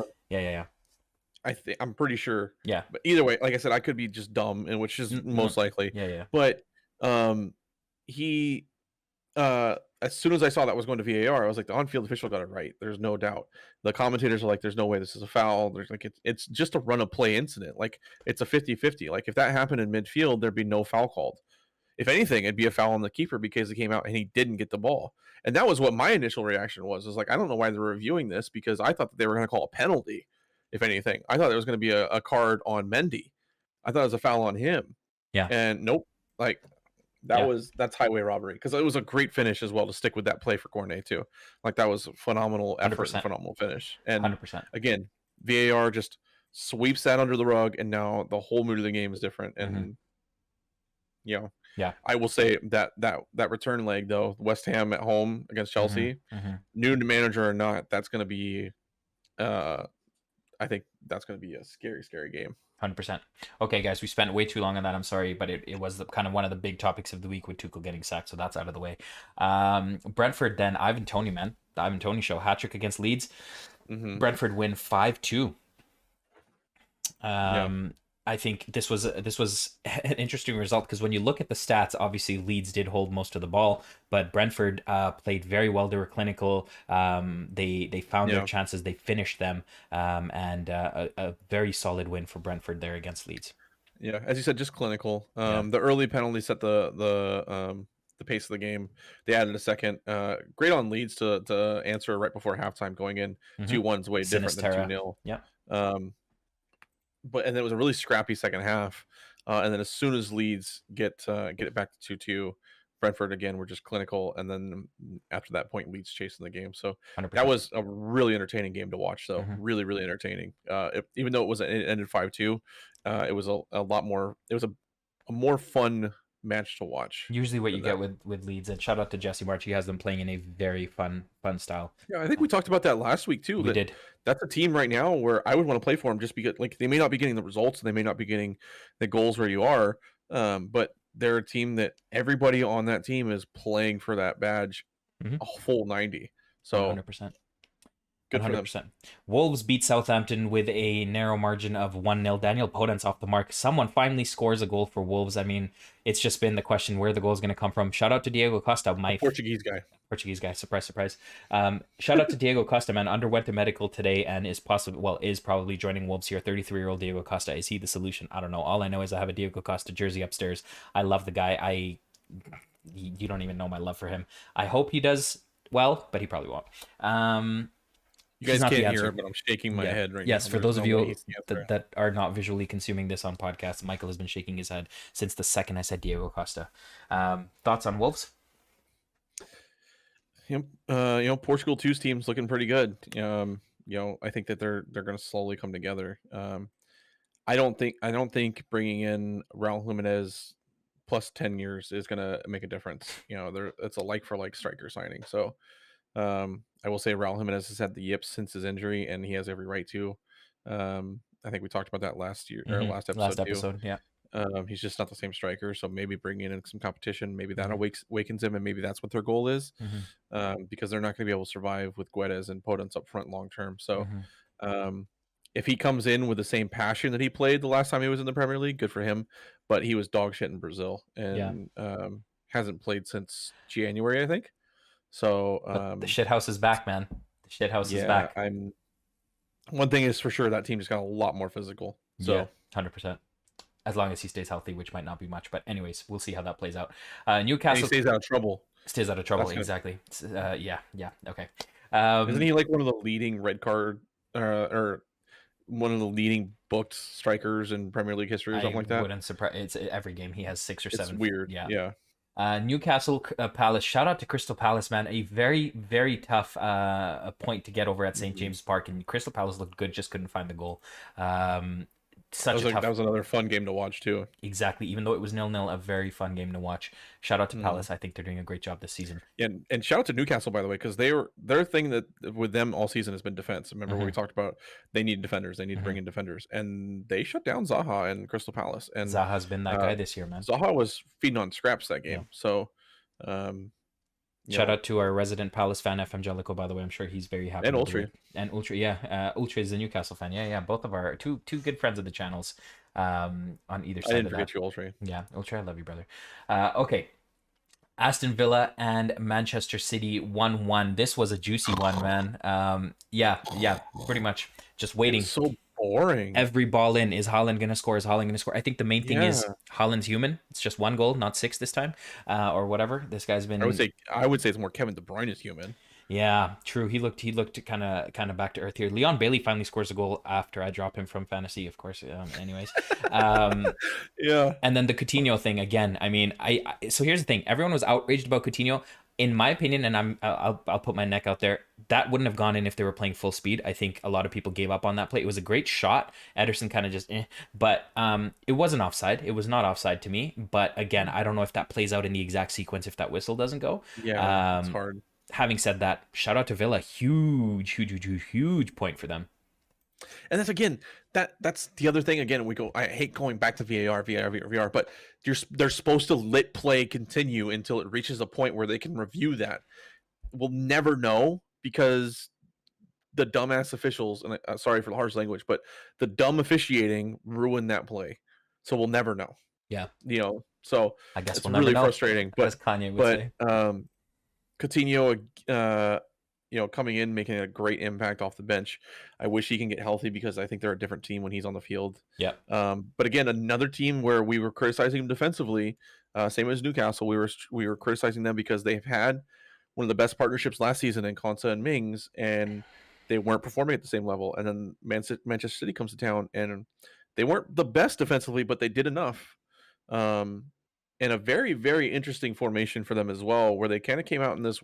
It was a 4-3-2-1, but it was a little bit more of a wide midfield diamond kind of weird thing. So, Stevie G is kind of playing around with some things right now. So, who knows? Maybe he's figuring it out. But and Martinez, by the way, phenomenal game from Emiliano Martinez.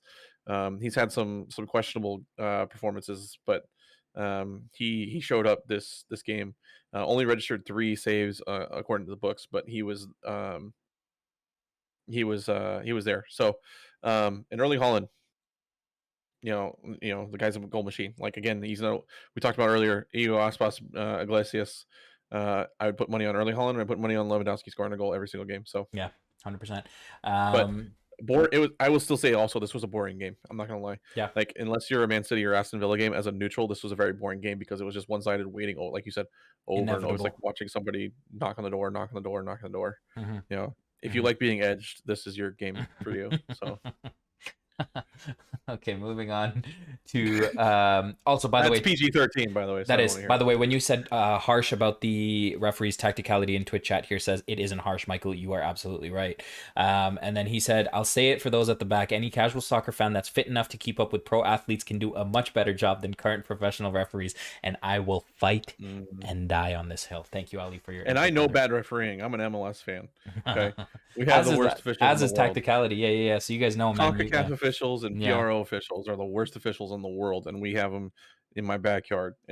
And I will say that they are actually been doing better with VAR than what fucking the Premier League has done this season. Unbelievable. And I don't know if it's because Premier League officials are just old and they're set in their ways, and until we get a new age of officials, we won't see VAR and the implementations go to their full capability. But MLS has been getting VAR spot on this year. I don't have any, we don't have that stigma of, oh, they're going to the board. Now it's definitely going to be called the other way. We haven't had that this season, unlike MLS. So unlike the Premier League.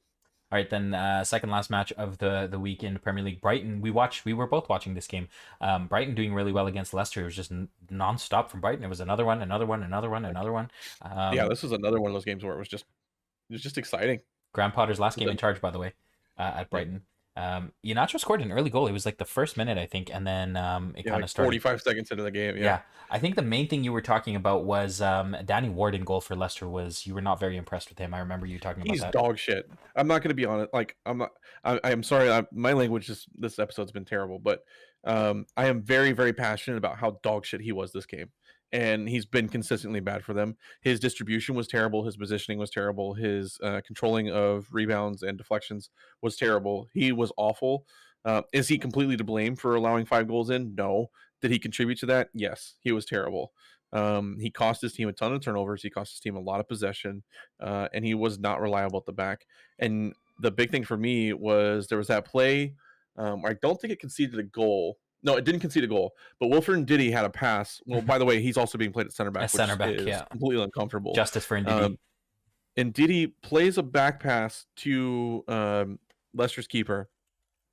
Leicester's keeper has plenty of time to look up and just boot the ball upfield, or pass it back, or pass it wide. He has options. He has 3 options. And instead, he tries to do a Manuel Neuer, and like he gets caught on the ball, and he has to like basically turn it over, and then it results in I want to say it was Trossard. No, who's Danny Welbeck, who missed the goal like ever so slightly. And you can see Ward immediately starts chewing out Ndidi, and Ndidi just turns to him and he goes, F off. Like, no, that's on you, F off. And like the minute you see that between your makeshift center back and your dog shit keeper, your season's over. Yeah. So they need to figure it out. 100%. And I remember when we were watching this, and I was talking, I was berating him in the Discord, as you said, and there was one of our users was Welsh, and he's like, he's been dog shit for the Wales team as well. We're in a lot of trouble if he starts for us again. So, why they let Schmeichel go, I will never understand. You should have paid him $100 million a year if you wanted to. He's been one of the best keepers in the Prem. I don't understand that, and they're immediately paying the price for it. Did Schmeichel see the troubles coming and want to leave? I don't know. Anyways, final match then in the Premier League was a juicy one. Manchester United 3, Arsenal 1. This was the big test for Arsenal. Like you said, they started the season with a pretty easy schedule, and things start to get tough in September, October, is what you had said when we did our preseason predictions. We both watched these games. We watched this game, sorry. United looks good, man. Anthony with a very passionate first goal, introducing himself to Old Trafford, and Rashford was the star for United there. What was your take? Anthony was a star for me in this game. Anthony, and I will say Arsenal, I think, got robbed of another goal. I think this was the officiating in this game was a little suspect as well. But Anthony, like, not only his goal was great, and Rashford had an amazing assist on that goal as well. So Rashford did have probably man of the match performance in terms of statistics, but for me, the man of the match was Anthony. I think he completely changed the game, the pace of the game, the style of the game. His ability to, like, how I think it was like 3 or 4 times where he was taking on 2 defenders from Arsenal at once, which just frees up more space in the midfield. The guy, he balled out. He showed he looked comfortable. Everybody. Yeah, he was like, it looked like he's been playing a United shirt all year. And this was a big game to start. Yeah, and he comes on the field, plays I think at the time, #1 team in the Premier League, and still #1. Yeah, and just absolutely destroys them. And he was dancing around him. He was like, "This is my $100 million value right here," and I was very, very excited for that. And like you said, the resurgence of Rashford's career as well, which foreshadowing to today, I think that not starting him was the mistake. But yeah, I think in respect to Arsenal too, I don't think they played bad. I think they had a good game. Yeah. I think they were just in the wrong place at the wrong time. Yeah. And I think a better day, I think Arsenal can get a better result here. But I think the biggest thing for me is the mentality has switched for United. You see it with the way they ran after the Brentford game. I think Ten Hag instilled in them that determination and that drive which was missing. I think the pairing of Varane and Martinez consistently is showing that there's faith from Ten Hag and those guys to, like, he's not going to play favorites. Ronaldo not starting every game, that's huge. I think it's, you've seen the flip switch. If they can keep it going, let's see again, like you said, today was a bit tough in Europe for them. Rashford, I will say, looks good. He's finally scoring, and that's the biggest complaint. He was always getting into these positions. He just wasn't finding the finish. I think it's still early days. He still needs to be consistent. I don't think he is the end-all, be-all for them at this point in terms of their goal scoring. I think there needs to be a more concerted effort from others as well. I don't think he's going to be able to bail them out the whole season consistently. But, I think it's just we also got the answer. Go ahead. Sorry. The only reason I wanted to say that was because I heard commentators during the coverage, which again we've touched on in chat. Commentaries isn't always the best, but does United really need a striker anymore now that Rashford is scoring? And I'm like, it's been 4 games. Like, let's see if he continues. Yes. But yes, he looks good. They answered that question. Yes. Yes. But we also got the answer to our question: where does Sancho play now that Anthony's there? So Sancho playing on the left. He looked great. Yeah. His ability, to cut in on the on his strong foot definitely changed some things. So, I think the resurgence of Rashford is going to be a huge deal. I think they need to figure out the CR7 situation, and then that team's going to be in a lot better situation. But like you said, Erik ten Hag instilling the fight back into this team. They're back. They went from poodle to pitbull, with a couple of moves, and because they were up 1-0, and then Saka's goal, and then some of the controversy happened, and then they immediately responded and got 2 goals in quick succession to see out the game. So, like I said, they got the fight back in them. So, but again, credit to Arsenal. They were, probably one bad officiating move away from getting a draw to this game, and or maybe even a win on the road. So I think, like we talked about, VAR and officiating just completely taking the win out of this game, and now it's a different result this whole weekend. Yeah, I don't think this was a 3-1 result. I think Arsenal needed to take pride away from this game because they controlled the game. 61% possession. They outshot them. I said this. They had more corners. They forced a ton of offsides, so they were great defensively, even though they conceded 3. I think this was a good performance for them. I said this as soon as the second half started. The way Arsenal started the second half and United just sat back, I said, if United plays the second half this way for the entire 45 minutes, and if Arsenal keeps playing this way, they're in trouble. They survived it, but Arsenal did have every intention of showing up, and they did. We could talk about these games for hours, guys. There's so much to analyze, but we need to move on to Europe because there's 3 competitions now to cover. We'll quick fire through these. We'll quick fire through these. I know it's hard because both of us want to talk so much, but let's go through these. First match of the week, Zagreb Chelsea. I said this in the preseason, not the preseason, when Mykal and I did the quick fire predictions. I said do not sleep on Zagreb. Their domestic form is insane. They terrorized Tottenham a couple of years ago in Europa. Orsic is a baller. We've known that, and he showed that with his finish. Livakovic, shout out to him, by the way, such a good goalie for Zagreb. Same story. I don't think you want to hear it. I don't think chat wants to hear it. I've said it so many bloody times. Chelsea has no identity in attack or defense. Broha, though, shout out to my boy. He came on, and when he came on, he pressed Zagreb into 2 or 3 mistakes, which led to half chances. And if 9 other players on the field pressed with Broha like he did, Chelsea would be in a lot better position. Step up. Yeah. 2 things I will say, because you've already covered everything in this game. I see chat saying Orsic should go somewhere big. He's 30 years old. He's reached his career. He's going to retire. Crazy to think. Zagreb. The other thing, because he doesn't speak English naturally, so he'd have to learn a completely different language at 30 years old. I've seen a lot of Orsic to Bundesliga shouts, by the way, but yeah. Yeah, he was originally linked to he was linked to Bayern as Ribéry's replacement, that long ago. Like he's been on the map for a long time. He's just been hidden away in the Croatian league.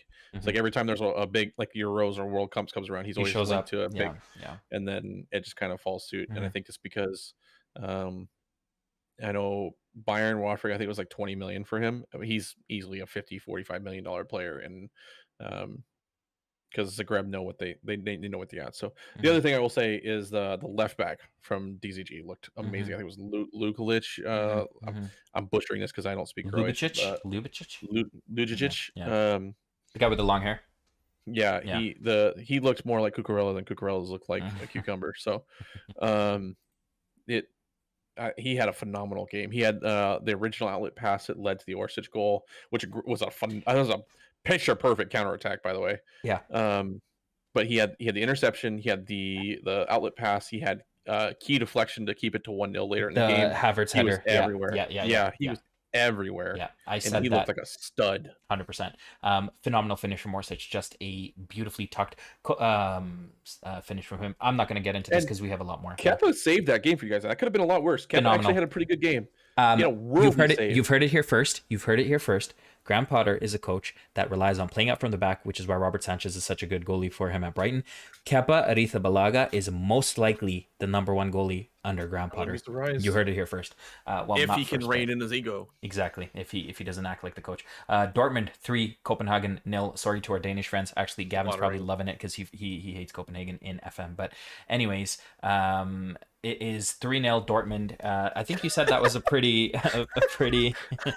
No, I'm sorry. I got derailed. Okay, so let me explain. The reason I call Cucurella cucumber was because it was the Tottenham Chelsea game, and I was just being a jerk, and I was braiding H2 in text messages, and my iPhone auto-corrected Cucurella's name to cucumber. Exactly. And I just sent it. I just left it. So it's been that way ever since. It's not because he looks like a cucumber. It's just because who looks like a cucumber. Anyways, all right. Dortmund 3, Copenhagen 0. Guys, if you want to be part of this live, by the way, if you're taking this podcast in after the fact, Mykal and I both stream this on Thursday nights on our respective Twitch channels if you're listening on Spotify or watching on YouTube or on Apple Music or wherever you consume this. So feel free to drop by next time to be part of the chat. But yeah, Dortmund, they looked good. I think you said this was just kind of too easy for them. Yeah, it was a walk in the park. They never really struggled. And I don't know if it's just because Dortmund was really that good or if Copenhagen was that bad. I didn't actually get to watch this game. I was watching too many other things, but I know. You know, from the highlights that I watched, they looked good. Benfica beats Israeli opposition Maccabi Haifa. We actually have a Maccabi Haifa fan in our community, redhead kid. I'm sorry if I'm name dropping you here, but 2-0 to Benfica. They look good this year, man. They do look good. By the way, Rafa, with my opinion, probably UEFA goal of the season so far. That floated, curling, dipping, swerving ball from 35 yards out. Beautiful. If you haven't watched it, or not Rafa, excuse me, Grimaldo. That was Grimaldo. If you haven't seen that yet, go watch that goal.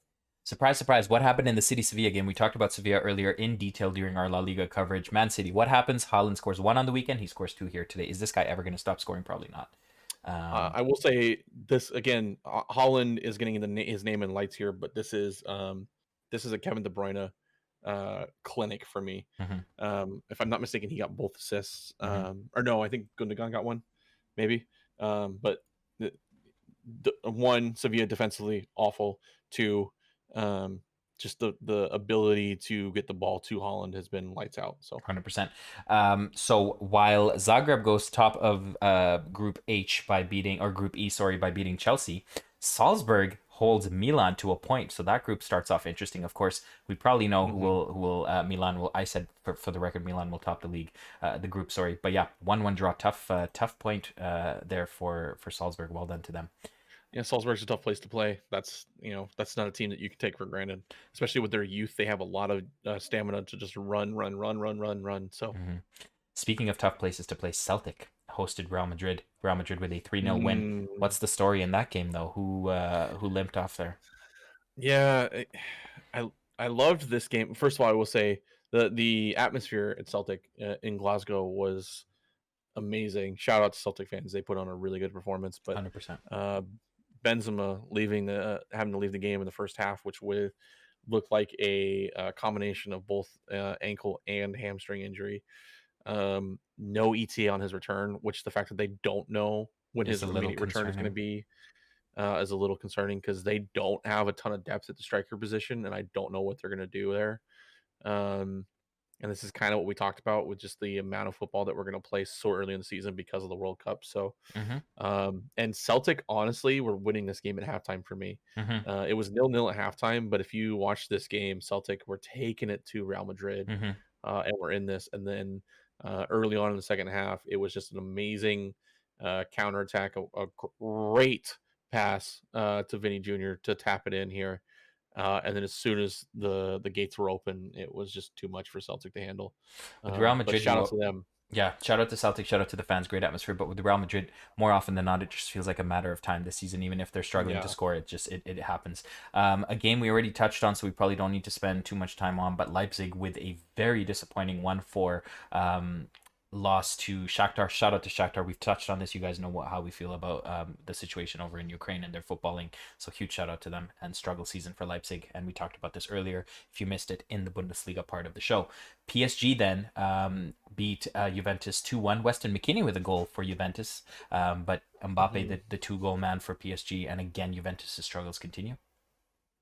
Yeah, Juve just didn't look like they were going to score. I mean, it took Weston McKennie on a set piece to get a goal. So they just didn't look. And to be fair, they just didn't get anything going forward. Again, another defensive midfield with Moretti, Paredes, and Rabiot. There's nobody pulling the strings for them offensively in the midfield right now. Kostic and Cuadrado out wide. They basically went to PSG with we're going to play 2 strikers up front, everybody else is going to be behind the ball mentality. And they got punished for it. They got picked apart. PSG just had way too much time to just pick out any pass that they wanted. And when you have creativity of Neymar and Messi, and like you said, it's just a matter of when, not if. So punished for it. The other Scottish team, in the Champions League, lost 4-0 to Ajax. Ajax played some beautiful football. The stadium in Amsterdam was rocking. The Amsterdam Arena was brilliant, and Mohamed Kudus stood out for me, man. He had a very nice goal, and beyond the goal, he had a very nice game. He looks like a very good striker of all places too. So. One that was an interesting one, Eintracht Frankfurt and Sporting. I thought this would be much closer than it was, and it was pretty tight for most of the game until Marcus Edwards found the breakthrough in the 65th, and then it was a 17-minute fiesta for Sporting, scoring 3 in that time period and walking away with a 3-0 victory away to Frankfurt. Was it away? No, I think it was. Yeah, it was. It was in Germany, yep. Tough, man. Another disappointing result at home for Frankfurt. They've looked better on the road than they have at home this season. Interesting. And like you said, this was a dogfight until Marcus Edwards scored, and then all of a sudden it got turned on its head and they just buried them. Trincao scored 2 minutes later after Marcus Edwards scored, basically on the next attack that they had. And then Nuno Santos came off the bench towards the end and buried it. So defensive woes for Frankfurt right now. Bayern Inter, the big boy match, 2-0 to Bayern. A lot of people in the Discord were saying Bayern looked average, Bayern looked sluggish. Let's keep in mind this is Inter Milan. This is Inter Milan. I think there was that one comment saying Bayern aren't going to make it past the round of 16. I think away to Inter, I think it was. I mean, Bayern. This was the hardest game of our group stage, and Inter never looked like they were getting into it, right? Like, I think the substitutions were negative. Also, you could see that the coach had kind of given up. So I think a good solid win for Bayern. Yeah, and Leroy Sané was amazing. The combination between him and Coman definitely showed up this game. We did kind of have a bunch of weird shots this game. It was really interesting, but nothing to me in this game really ever scared me. Inter had a couple good opportunities here and there, but we managed 11 shots on target. Shout out to Onana. Yeah. Then and that seems to be our weakness right now, is if you have a fucking brick wall in net right now. Jan Sommer, I'm looking at you. So but this was the hardest game of our group stage, and we won it 2-0. So I mean, we're out of the group stage as far as I'm concerned. Exciting times with Victoria Pilsen. They scored a goal. The only issue is Barcelona scored 5. Lewandowski scored 3 of those 5. He looked so good, man. We touched on this earlier. And they were great goals. Yeah. Great goals from him. The Lewandowski show, man. If you haven't watched Lewandowski's performance against Victoria Pilsen, please do watch, indeed. By the way, did you see the Dembele assist, by the way? I did not yet. No, I need to. So Dembele is cutting inside from the wing. The Victoria Pleasant defender does well to win the ball back, but instead of writhing on the ground trying to earn a foul call, Dembele turns around, wins the ball with a sliding challenge, turns around, sends in this worldy cross with his weak foot, and lands right on Lewandowski's head. Beautiful. The cross was just over the keeper, just past the defender. Like, it was picture perfect cross, and all Lewandowski had to do was dive to put his head on it, and it scored. The effort from him was there. The chemistry is as well with the front three. Like I said, when we talked about Barcelona, I said Dembele, I really like him as a player, and if he stays healthy, it seems like he's connected well with Rafinha and Lewandowski. Lewandowski's going to score goals, man. That's all he knows how to do. The big match, and I watched this in its entirety, and I have a soft spot for Napoli. You know this. I've talked about them all season. You know who I like on that team. Anyways, 4-1. And Kvaratskhelia, man, this kid, he didn't show up on the scoreboard, but he assisted 2 of the goals, I think. He was constantly active. Osimhen, though, I will say, did go down with an injury, and I hope he's okay, because we talked about, even though there's a lot of good players on Napoli and they're playing well, he is very much spearheading their team. Missed the penalty. Zielinski scored the first penalty. Osimhen took the second penalty that they got and missed it. Again, Van Dijk out. Van Dijk, it's sad to say, but I think a lot of people who watch Van Dijk can understand he's still mentally one of the most elite defenders, but physically it's just not there anymore as much as it used to be. Still, obviously, a very good... blown by completely. Giovanni Simeone scores his first goal in the Champions League. For those of you that don't know, that cool story about how he got a tattoo when he was younger of the Champions League logo, and he finally scores his debut goal in the Champions League. Meant a lot to him. Very nice. But 4-1, I don't want to be rude, but this game could have been 5 or 6-0 to Napoli at halftime. Easily. So yeah. I was surprised. One more thing I want to say, and then you're going to talk about what you need to about this. Luis Diaz was the only player on that Liverpool team that single-handedly was trying to continuously turn the game around. Yeah, and that was going to be my point. Is that I've seen a lot of people, a lot of Liverpool fans, even going, well, this is why we needed Sadio Mane, and Sadio Mane was so important. Yes, he's a great player, and we love him over at Bayern, and you can't have him back. But Luis Diaz is filling that role, Final and he's sale. the only person that's playing well. Yeah. So he's the only person on that team that's great playing goal, well by the way, for him. in Yeah. multiple games. Mm-hmm. He almost scored 2. Mm-hmm. He almost scored from the exact same setup and the exact same play like minutes later. So I think that they need to get that notion out of their head that it's not Sadio Mane missing, because Luis Diaz has been the exact same, if not a little bit better in certain situations than what Sadio Mane was. So, but yeah, like you said, this game could have easily been 6-0 at halftime. Easily. Napoli was peppering Liverpool over and over and over and over again. I'm just looking 2, 4, 6, 8, 10. Liverpool only named 10 substitutes out of a possible 12. That should tell you where they're at as in terms of a squad. They do have injuries, they do have players missing, but they're still bloody Liverpool, and you didn't expect Napoli to look as good as they did and as dominant as they did. Every time they came forward, they were good. But guys, I'm telling you, Kvaratskhelia, I'm sorry if I'm butchering his name, but that is the guy, man. Wow, what a wild game. Atletico Madrid-Porto. If you guys haven't watched the highlights on this, please do. It was 0-0 until the 91st minute, and then within 10 minutes, it became 2-1 Atletico Madrid. What a shithouse win for it. Actually, not a shithouse. I guess it was exciting. It was a very exciting one. And to be honest, it was an interesting game because Taremi for Porto got sent off for diving in the 81st, which kind of changed the game. Which, God bless. That's the first time I've ever seen a call like that. I've been talking about it for basically all week, and I think I've been talking about it with you. We do not see cards for diving. It's been a rule, it's been implemented, but it's always a situational thing.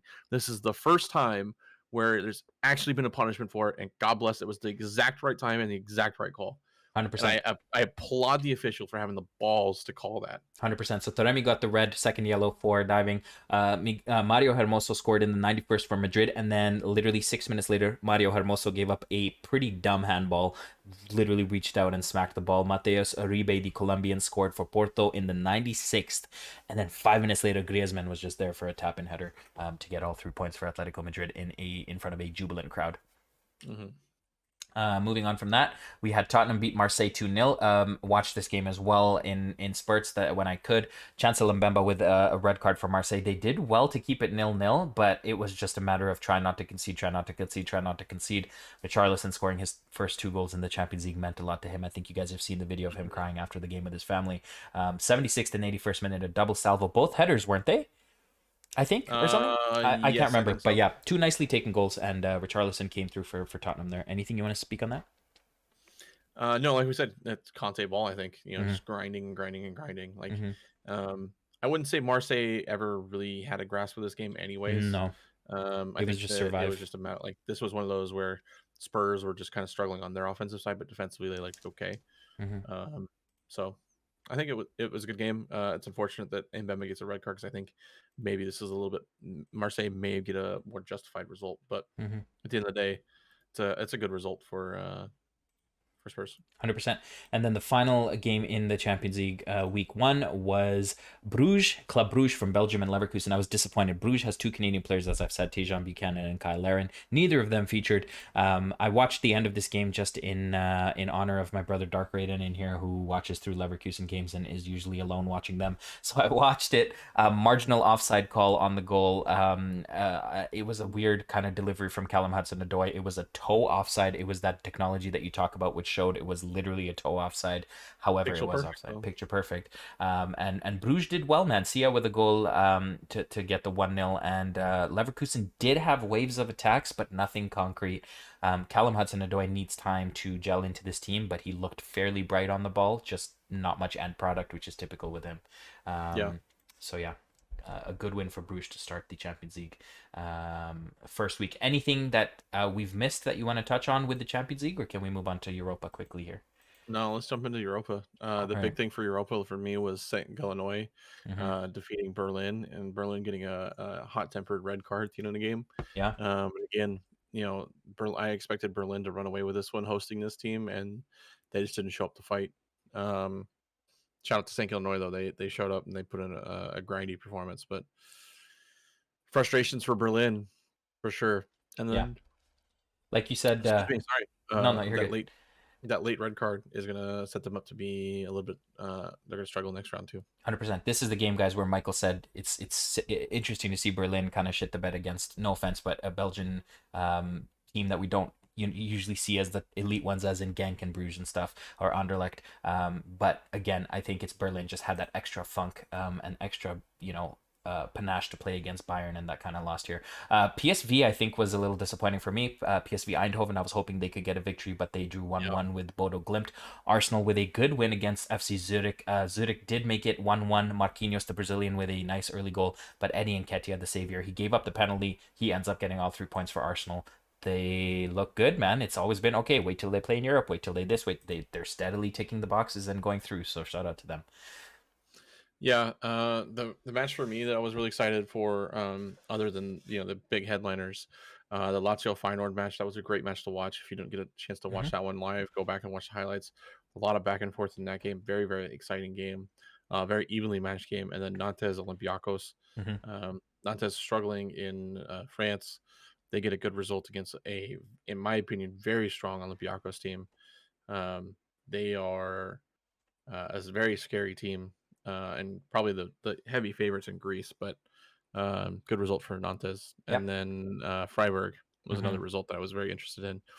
Playing a little less known team, but still a result in Europe. So a good result in Europe. 100%. And the one for me that I watched, Ludogorets beating Roma 2-1 at home. It was 1-0.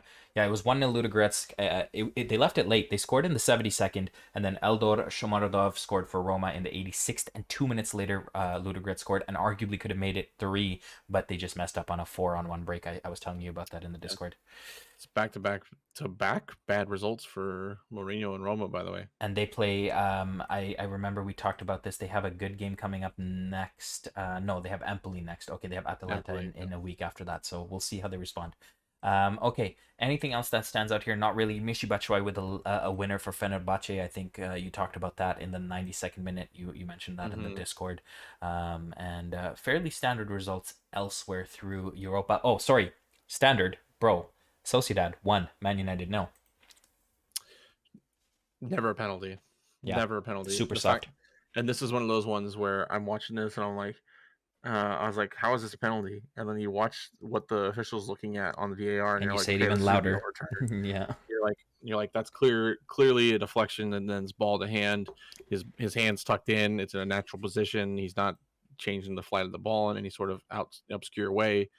Never a penalty. By definition, never a penalty. Yeah. And then he has the balls to call it a penalty, and I was like, now. I know you said this 100% during the match. I've seen some United fans have a very rational take and say we shouldn't be relying on that one call to fix the game for us anyways. They didn't really find a way through. Understood. Still an absolute bullshit call that does change the complexion of the game, of course. It was around the 59th minute, so there's still time to recover from that if it's not a penalty.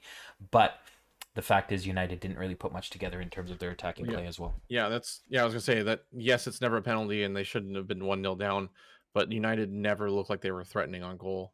Cristiano was an absolute ghost.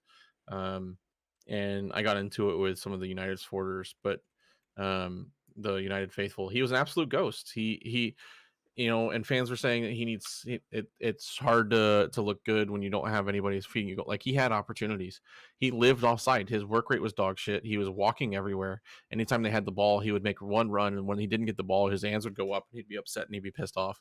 Or when the ball did finally come to him and he didn't make a good enough effort for it, he would just give them a clap and say that he would do better next time. So I was totally disappointed with his performance. And I think his first start this season for United, and that's how it went. It's in Europe, and he played like that.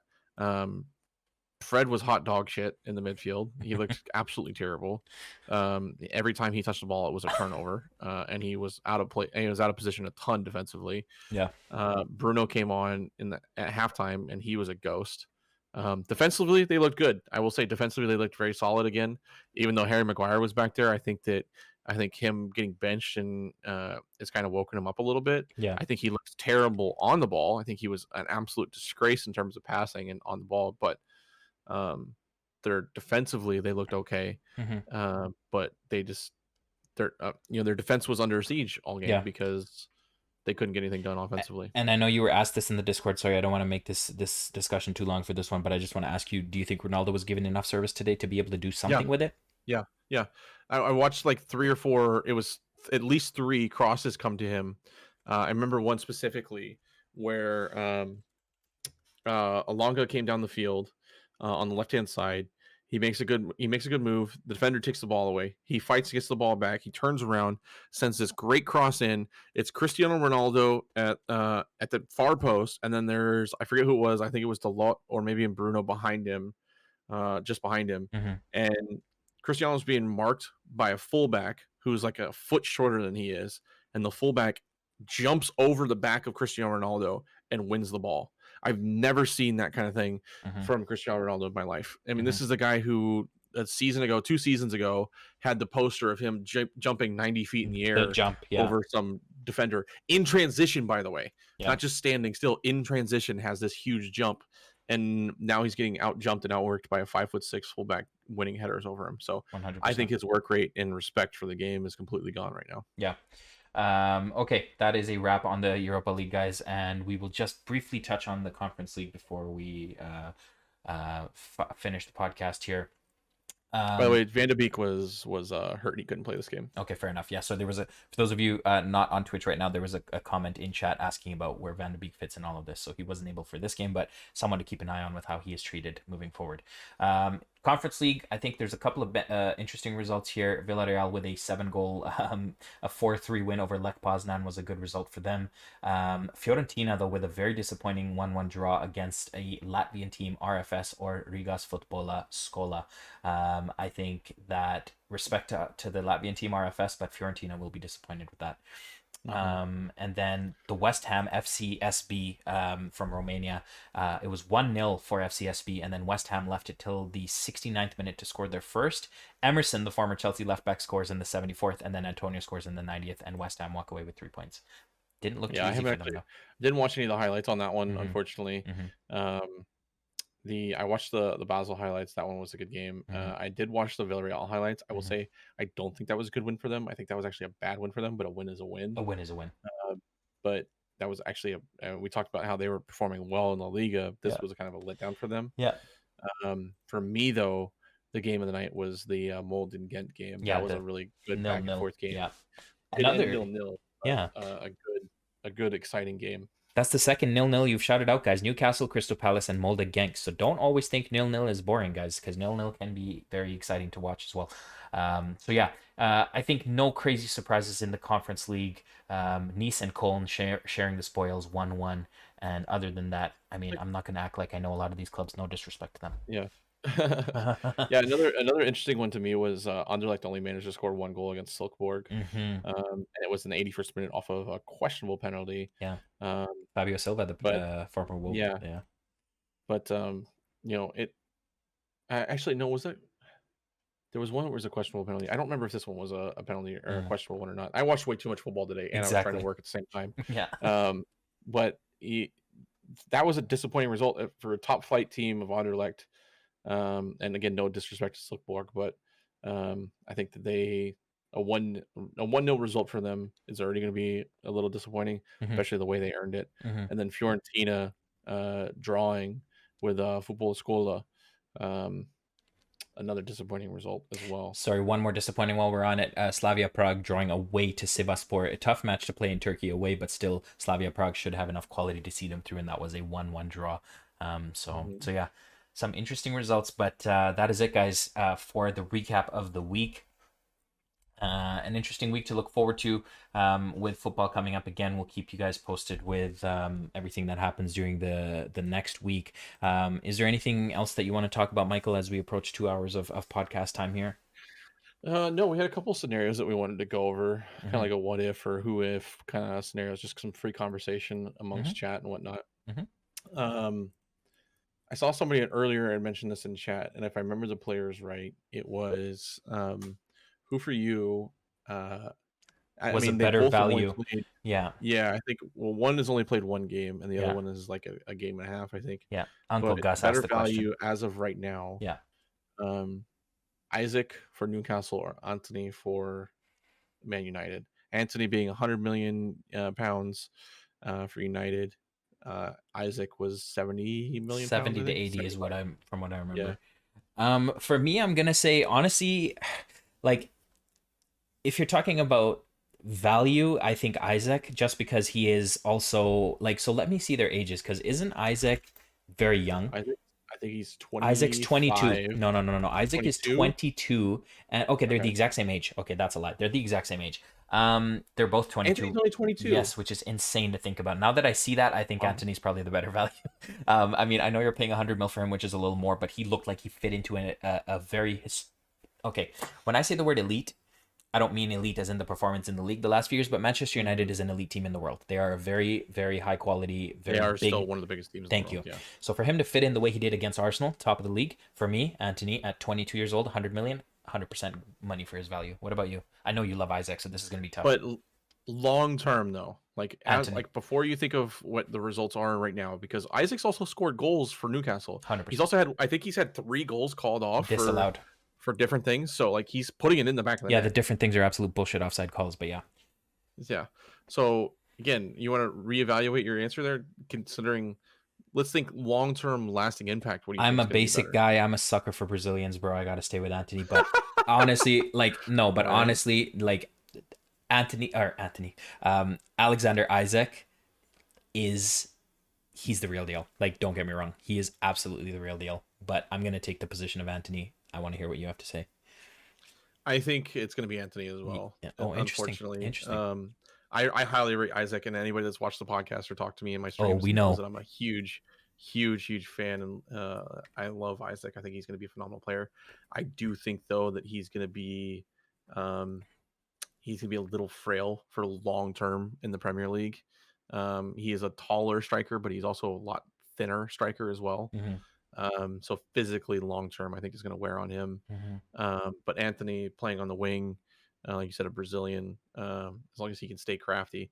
Now, if he starts turning into a St. Maximin where he stops producing, he's just got all the flash, then it's a complete waste of money. But if he can keep producing while having the flash, that's going to do a ton of things value-wise. One, you're going to sell Antony jerseys for Manchester United. Two, people are going to want to watch him play. You're bringing the Braziliistas back to Manchester United, because before all they had was Alex Telles and Fred. Nobody fucking wanted to watch those two clowns. Now you have Casemiro and Antony. So I think it's a huge signing for a lot of reasons, not just his production on the field. Mm-hmm. So I think it's going to be long term. I think Antony. This is an interesting one. We talked about this in the Discord. I'm going to ask you this. We talked about this in the Discord in relation to a Manchester United supporter talking about this and what they would rather have, and it just brought an interesting thing into my mind.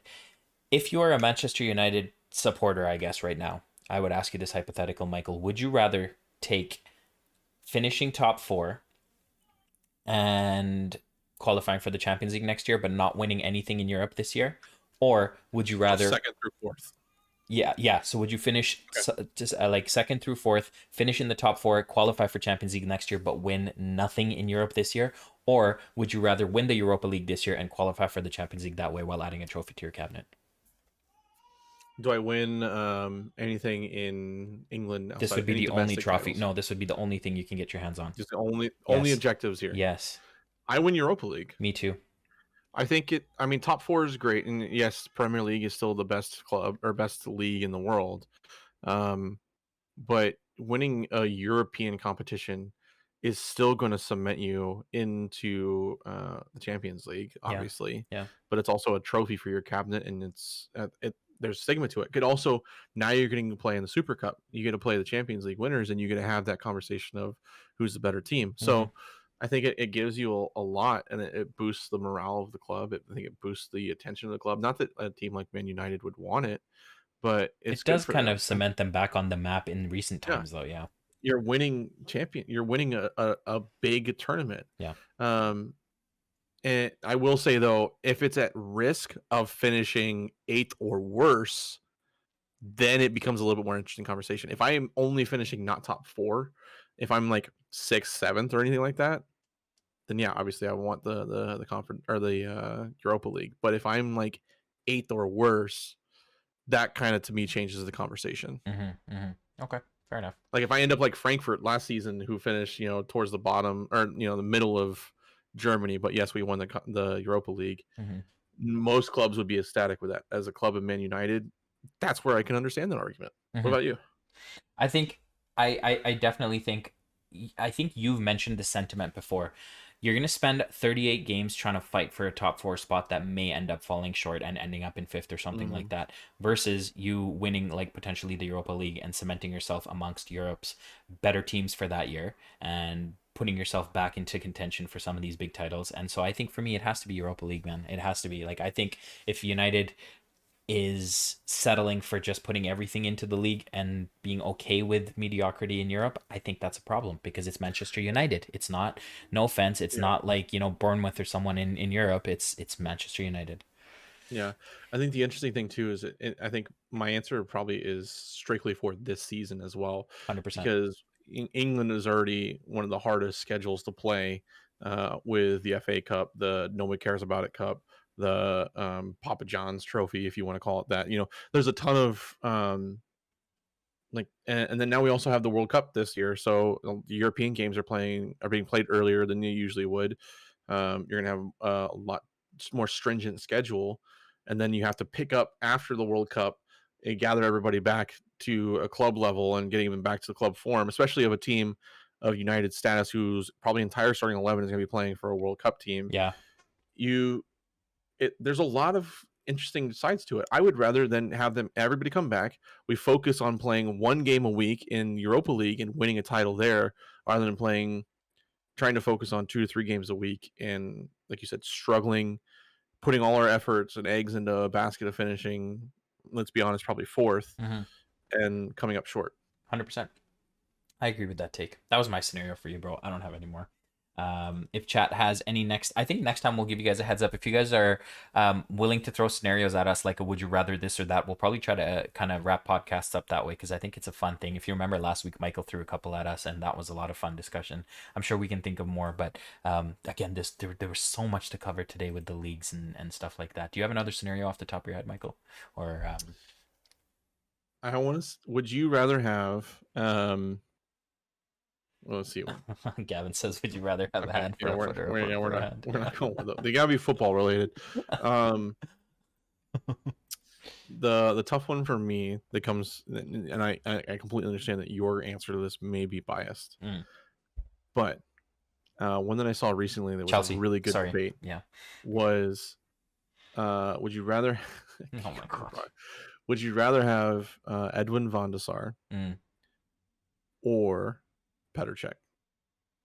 Come on, man. You can't ask me that. I'll let you answer it. You know my answer, man. Petr Cech. I know yours. Yeah, mine's got to be Edwin van der Sar. Yeah. It has to be. Yeah. Elite, like, iconic goalie, for sure.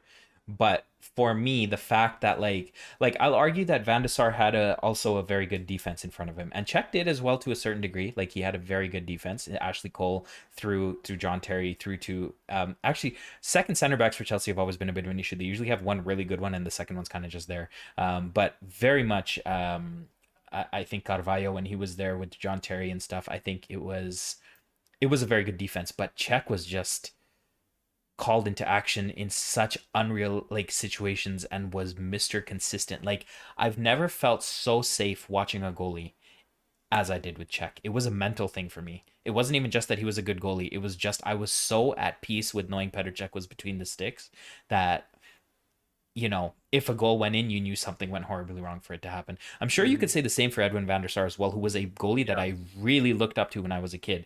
I played goalie, so Edwin van der Sar was one of my idols. But for what he's done for me, I don't know how I can take away that personal bias I have towards Petr Cech, who, even if you take away personal bias, is a phenomenal goalkeeper physically, like skill-wise. But I think, you know, I can see why Van der Sar would edge it for a lot of people, or not even edge it. Maybe it would be a landslide. Well, McGarnagle, thank you for this. He has a really good one here on in Twitch chat. Would you rather be Steven Gerrard or Brendan Rodgers right now?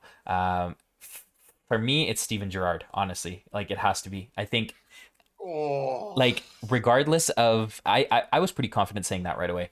Regardless of the you were ballsy with that one. Well, regardless of the expectations that they have for him at Villa, right? I think he's shown that he can, especially after last week. I know it's only 1 week, but he's shown that he can stick with City. He's shown that like there's been glimpses of turning it around. Whereas Leicester, I just don't see how. And I love Brendan Rodgers. I think he's a very pragmatic, like realistic manager, but I just don't see how that they turn that around, man. It's not looking good for Leicester right now, and that's such a tough question. Yeah, because the issue is for me, Steven Gerrard, like they haven't shown a really. I mean, they spent a little bit of money, but they haven't really shown the ability to like really go out and get the players that he's mentioned that they want. They're actually selling players more, like the loss of Rich Arlson.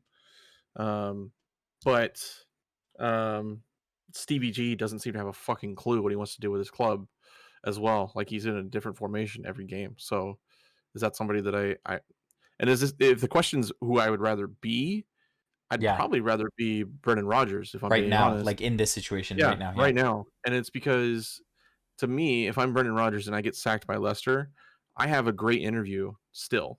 You know, like you look at what I did with Leicester over the time period that what we did with them, the players that we were able to turn into a big profit, and the turnover that we were able to have, and the seasons that they were able to salvage, and then all of a sudden the club starts getting rid of these legends left and right. I think I have a better leg to stand on. Whereas if Stevie G got fired today, I don't think he gets a job unless it's a championship side. I think probably Rodgers could coach a Premiership side next season. To counter that, I just want to say Gavin Brash says here in chat, long term, not anywhere close to recently, because obviously Klopp is around for the foreseeable future, but Gerrard kind of has that like thing hanging that, you know, if Liverpool ever opens up, it's kind of like the homecoming, and that spot is open for him potentially down the road, regardless of, you know, what jobs he does leading up to it. Do you think, like, say he fails miserably at Villa and say he kind of gets blacklisted, do you think they shut the door on him at Liverpool in the future at some point? Or do you think it's kind of a shoe-in for him to be... Yeah, with the amount of money that Villa have spent this season and the players that they've brought in, and I mean, I will say they've been hit with the injury bug a little bit, but the recent players that they brought in and the willingness to spend and his just lack of knowing what to do and how to get the most out of it, I don't think that that's something Liverpool wants to touch in the next 10 years. Yeah. I think he's going to have to at least get a team to European football before Liverpool wants to touch him, especially with the amount of money that they're spending.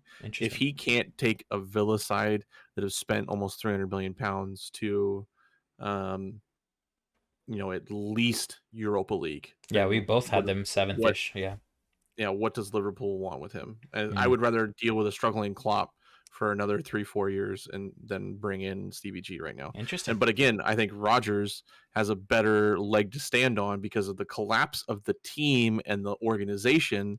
That necessarily doesn't all fall on his shoulders. I think he has a better chance to get a job. I wouldn't be surprised if he ends up at Brighton, honestly. You know, because Brighton's a club that's on the way up.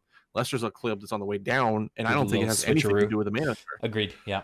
So I think Rodgers right now is putting a band-aid on a broken leg, and I think he's doing a pretty damn good job, if I'm being honest. But the club itself is just in a shit situation. So, excuse me. Nice one. Question, that was a great question. Thank you. Well, all right, guys. One more question here. That's not to say that Liverpool would bring Gerrard in to replace Klopp. Yeah, exactly. Eventually, I kind of can't argue, unless it goes disastrously wrong in his career. I cannot argue that the Liverpool job will be available for him someday. Just like there's Go ahead. The Lampard to Chelsea situation. Yes. You know what's funny is there is a very strong feeling that one day Rooney to United. One day, somehow, some way, Lampard's going to make his way back to Chelsea. There's a strong feeling about that. But I guess these are things to be determined, man. What the future holds. I got another scenario for you. So you're a coach. You run a 4-3-3. You get to pick 3 players up front. I want your left winger, your right winger, and your striker. The 3 nations you get to choose from. And this is of all time, by the way. Okay, all time. Thank you. You get France, you get Italy, and you get France, Italy, and Brazil. What players are you choosing from? So I got to go Ronaldo Lima for Brazil. We just talked about this off stream too. how I feel about him. So As R9. my R9 Okay. as my striker. Left wing Thierry Henry. So now you only have Italy and France. Yeah, this is You going get to be one tricky. of each. I've already screwed myself for this because I got Thierry Henry on the left. And Italy, I don't really think of Italian wingers. Like, I'm stuck with Chiesa, I guess. I'm kidding. I mean, like, you know what I mean? Like, when I think back to the great Italian players from history, I genuinely can't think of, like, I'd have to go Di Natale and throw him on the right or something, because he played on the right. I think that would it be. So left would be Thierry Henry. In the middle would be Ronaldo Lima, aka R9, and then right side would be, for me, Di Natale, Roberto Di Natale. What about you? Why R9 though? Out of all the Brazilians, you're gonna go with R9? Because he was that was my childhood. Like, watching him made me fall in love with the sport when I was a kid, man. And he didn't stay healthy long enough to show the world like his true brilliance, but when he was on his day, he was the best striker in football. And I know there's a lot of Brazilians to choose from, but if we're talking about like a pure striker, I would go R9. Okay, so I'm gonna go. I pigeonholed my own self here. So I'm gonna say Ronaldinho on the right. I know he didn't play a ton on the right. He's more naturally on the left-hand side. He did feature a little bit on the right when he was with Barcelona and the Brazilian team. So I'm going to say Ronaldinho on the right.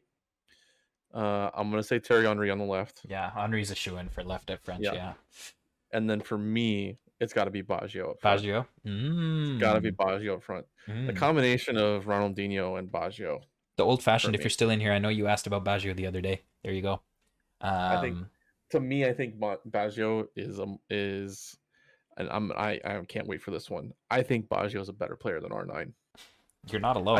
I think R9 did more for the game, I would say, in terms of bringing out the Brazilian side of the game and things like that. He definitely carried the torch from Pele. Yeah, he bridged that gap, but I don't think he was the most important Brazilian of that generation. I think that still falls down to Ronaldinho's shoes. And then I think Baggio was just better. Yeah. I mean, World Cup wise, I think trophy wise, yeah, you obviously got to go with R9, right? But I think and haircut wise too, right? Yeah, haircut wise, the legendary. I think for me, it's just, man, that was what, growing up as a kid, you watched Ronaldo Lima and you realized that is the definition of a striker. He was a complete forward in a way, and he was so silky smooth on the ball. He was so technical. He was so clinical. He was so calm, composed, fluid. Ronaldinho, a joy to watch, 100%. But for me, like, I just wish he stayed at one club longer than that's what I'm saying. His career gets discredited a lot because he seems as the guy who just jumped around and kind of never really stood out any one place. Or he did stand out everywhere he went, but you don't really, like, he's just Ronaldinho. You don't associate him with like a specific. Dude, in my mind, when I think Ronaldinho, I think AC Milan. AC Milan, me too. Licking his lips before the Champions League. Just... yeah, that team was insane. Defense to attack, they were amazing. For what it's worth, Gavin with a nice front three of Henry, Del Piero, and Garrincha on the right for Brazil. That is a great shout. Good shout. Yeah, Del Piero is a great shout. Okay, so I want one in every position. So I want your best, because I've seen this. They did this. The UCL was doing this a lot with some of their guests. I want to see your best 11 position of all time. 4-3-3. 3 midfielders. It can be defensive, can be attacking, whatever. Left back, right back, 2 center backs, and then 2 wingers and a striker. Okay, no problem. Best front 3 of all time. Petr Cech, Ashley Cole, John Terry. I'm going full Chelsea, bro. I'm going full Chelsea. It's a joke. You want the full 11 from front to back? Let's go back to front because we already started with some. I want back to front. Okay, so in goal, we'll do each position at a time. Okay. Your keeper. The best keeper of all time. I mean, everyone's gonna say Yashin, but I've never watched the guy play, so not for me. The FIFA heads are yelling Yashin right now. Yeah. I'm saying with you, I never got to watch him play. I mean, do I go like Iker Casillas or Gigi Buffon for me? Because that's my generation, right? Like, I go Casillas, man. I go Casillas. Buffon's my pick. Yeah, it's either Casillas or Buffon, so I go Casillas. Left back. Van der Sar's my second pick. Yeah. Czech is my second pick, obviously. Definitely Buffon. Left back. I already know mine. Is it United? Mm-mm. Alphonso Davies? No, I'm kidding. He played for Vancouver. Boo. Yeah. I honestly want to say Roberto. Yeah, Roberto Carlos. We talked about this the other day. Yeah, we did a very similar one on stream the other day, but I'm trying to remember what I said that pissed people off. Anyways, Roberto Carlos for me. Dunga. Ooh, that's an interesting one. Matthew says Brazilian Dunga as well. Center backs. Mine's Roberto Carlos, and it's not even. He's top 3 by himself. Yeah, center back. My first one's gotta be Rio Ferdinand. Interesting.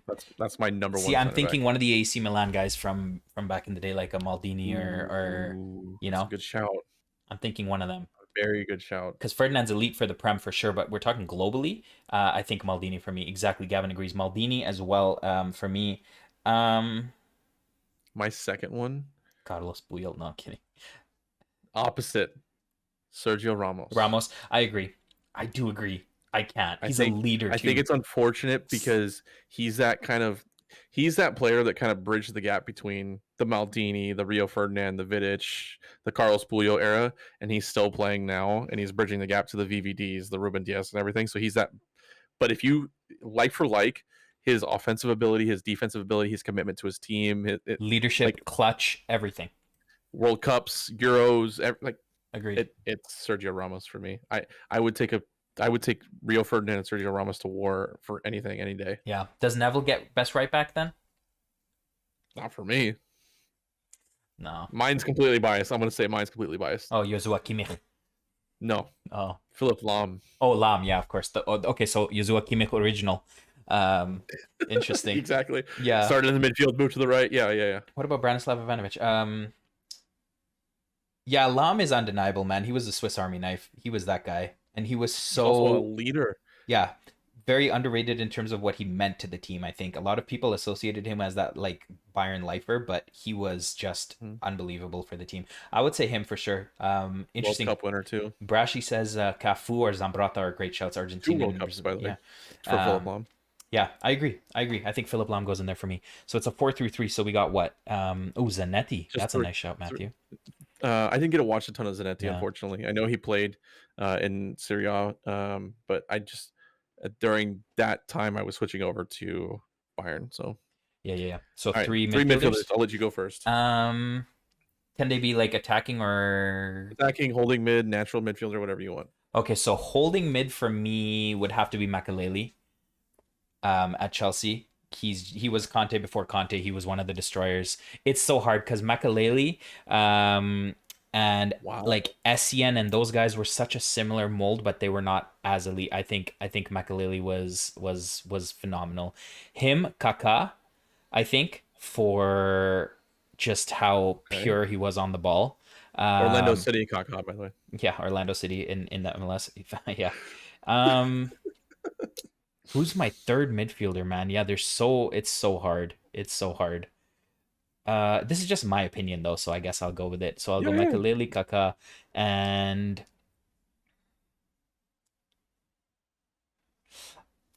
Platini is a name that keeps coming up. But for me, he was different level, world class for sure. But yeah, am I thinking a team that I want to fit or not? I don't know. I think Michel. Go with your gut, man. Go with your gut. Platini was obviously someone I did watch when I was younger as well. These are all guys from the same era. That's why I'm naming them. So yeah, I think that's a good balance though. Mykal, Platini, and Kaká in the midfield is good. Is good for me. But David Beckham, for me, phenomenal. Best midfielder for England, but not for me. Not for me. He's not one of the best. Not ever. He's not even one of the best midfielders for England of all time. That's where I disagree, but yeah. Paul Scholes. So mine, holding mid, I guess we'll start with holding mid. Lothar Matthäus. Just German. Yeah. German guy, like unstoppable engine. Yeah. Can play center back. He was so good defensively. He could play center back. He was so good offensively. He played striker a couple of games. Like, can play anywhere on the pitch. Yeah. And just the bridge of the gap between old and new Germany football. Just completely different. Where I'm going to get some controversy is my next pick is I'm going Pirlo. I can't think of many other names that could just absolutely dissect a team offensively the wizard that could deliver a ball with a free kick to any inch. I missed a person. Yeah, my bad. Yeah, I mean he can't like if you give Andre Pirlo a free kick, he's gonna put it to the inch of where you want. I remember so when he was with New York City FC, right? And I hate New York City FC. I hope that city burns to the ground. But when he was with them, and I'm not salty because they beat us at home in the MLS Cup. But anyways, fuck New York City. They did a video, and I wish I could find it. I might share it in the Discord if I can find it afterwards. So make sure you join the Discord. He did a free kick challenge with David Villa when David Villa was there, right? And what he did was they taped a dime. They did double-sided tape of a dime on the crossbar, like where the crossbar and the post meet, right? So like that perfect right angle. At that angle, yeah. And he hit it 3 for 3 times. Boom. Accuracy. From different angles on the field. Amazing. Absolute stud.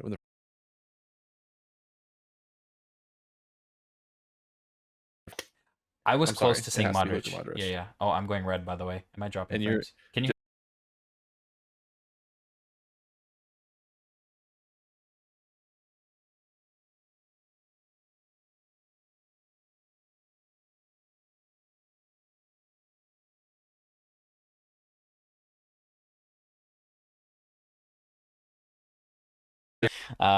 But yeah, okay, so that's your holding mid. Smoke a cigarette between games.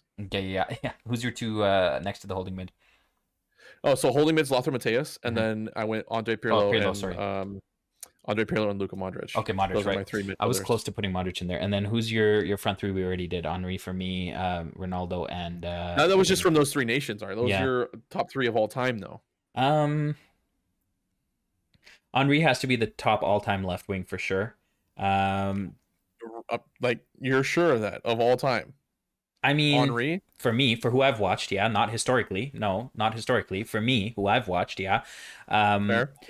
Bergkamp is close, man. Like someone like Bergkamp makes it in there for me, but Ronaldo, Lima, yeah, I don't change that much. Right winger would have to be Leo Messi for me. Has to be, like, absolutely has to be, no brainer. Yeah, best right winger of all time in my opinion is definitely Messi.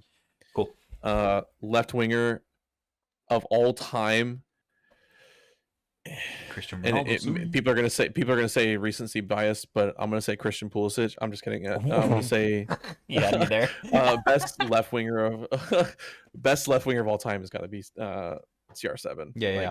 In my opinion, like those two have just done so much to the game and changed the world. Yeah. There's obviously other talents there that like Ronaldinho, Henry, things like that, but in my opinion, like those two, you just can't beat. And then, in my opinion, the best striker of all time. In my opinion, Martin best pure Braithwaite. striker of all time. Martin Braithwaite. My best striker of all time is Johan Cruyff. Yeah. See, the thing is, I didn't get to watch. So Matthew in chat says Shearer, Zlatan, Maradona. Like Zlatan, I agree, Shearer, okay, but like Maradona, I didn't get to live that. Like I was too young. Like I'm not gonna like. It's hard for me, man. Yeah. But Eric Maxim Choupo-Moting is a close second for best striker in the world. All right, guys. That was that was a lot of fun, man. We'll be. You know how many times he comes on for Bayern, and I'm like, oh fuck, we still have this guy. I know he pops up every time in the conversation, man. It's awesome. That was really good though, guys. Thank you for hanging out. That's episode number 8, man. That is a wrap on episode number 8, and we just want to thank both of us. Want to thank you guys, whether it's here on Twitch. What you guys hanging out with us for the entire time. You guys are absolute MVPs, whether you're watching this on YouTube, which by the way, I had a really hard time uploading last week. This week should be quicker. I'm sorry. If you're watching this on YouTube, please like and subscribe, leave a comment, let us know what your thoughts are. Who is your best 11 all time, or even your front 3 like we did? If you're listening on Spotify or Apple Music or anywhere you get your podcast, please download and rate the podcast and follow along as well. But we'll be back next Thursday for episode number 9, guys. Bring your scenarios, bring your quick fire questions, bring your scenario what ifs, comments in the YouTube videos. Absolutely, bring all of that so we have some good material for next time. But again, we're gonna start. I think our plan, and I'll kind of take the initiative to say this, and Michael, correct me if I'm wrong. But our plan is to definitely do recaps for leagues and stuff, but also have like discussion about football as a whole. And so as involved as you want to get, like we just did, like the what ifs, the would you rathers, those kind of things. So Mykal's Discord, you guys know where to find his. My Discord, you know where to find it. If you guys aren't already in those, feel free to join in, man. I think we should both make like a podcast section in our Discords just so people can put like opinions or things. You don't have to. Idea. We have our own general football channels as well, but just so that we have stuff to get you guys involved in. But yeah, that's going to be it. Kyle, if you're listening, get on it. Kyle, if you're listening, yeah, he's probably sleeping because he has school tomorrow. But much love to you guys, man. Thank you from the bottom of our hearts. I am OfficialH2, officially signing out for episode number 8. Mykal, my brother, it's been a pleasure as always. Goodbye. Take care of yourselves, chat.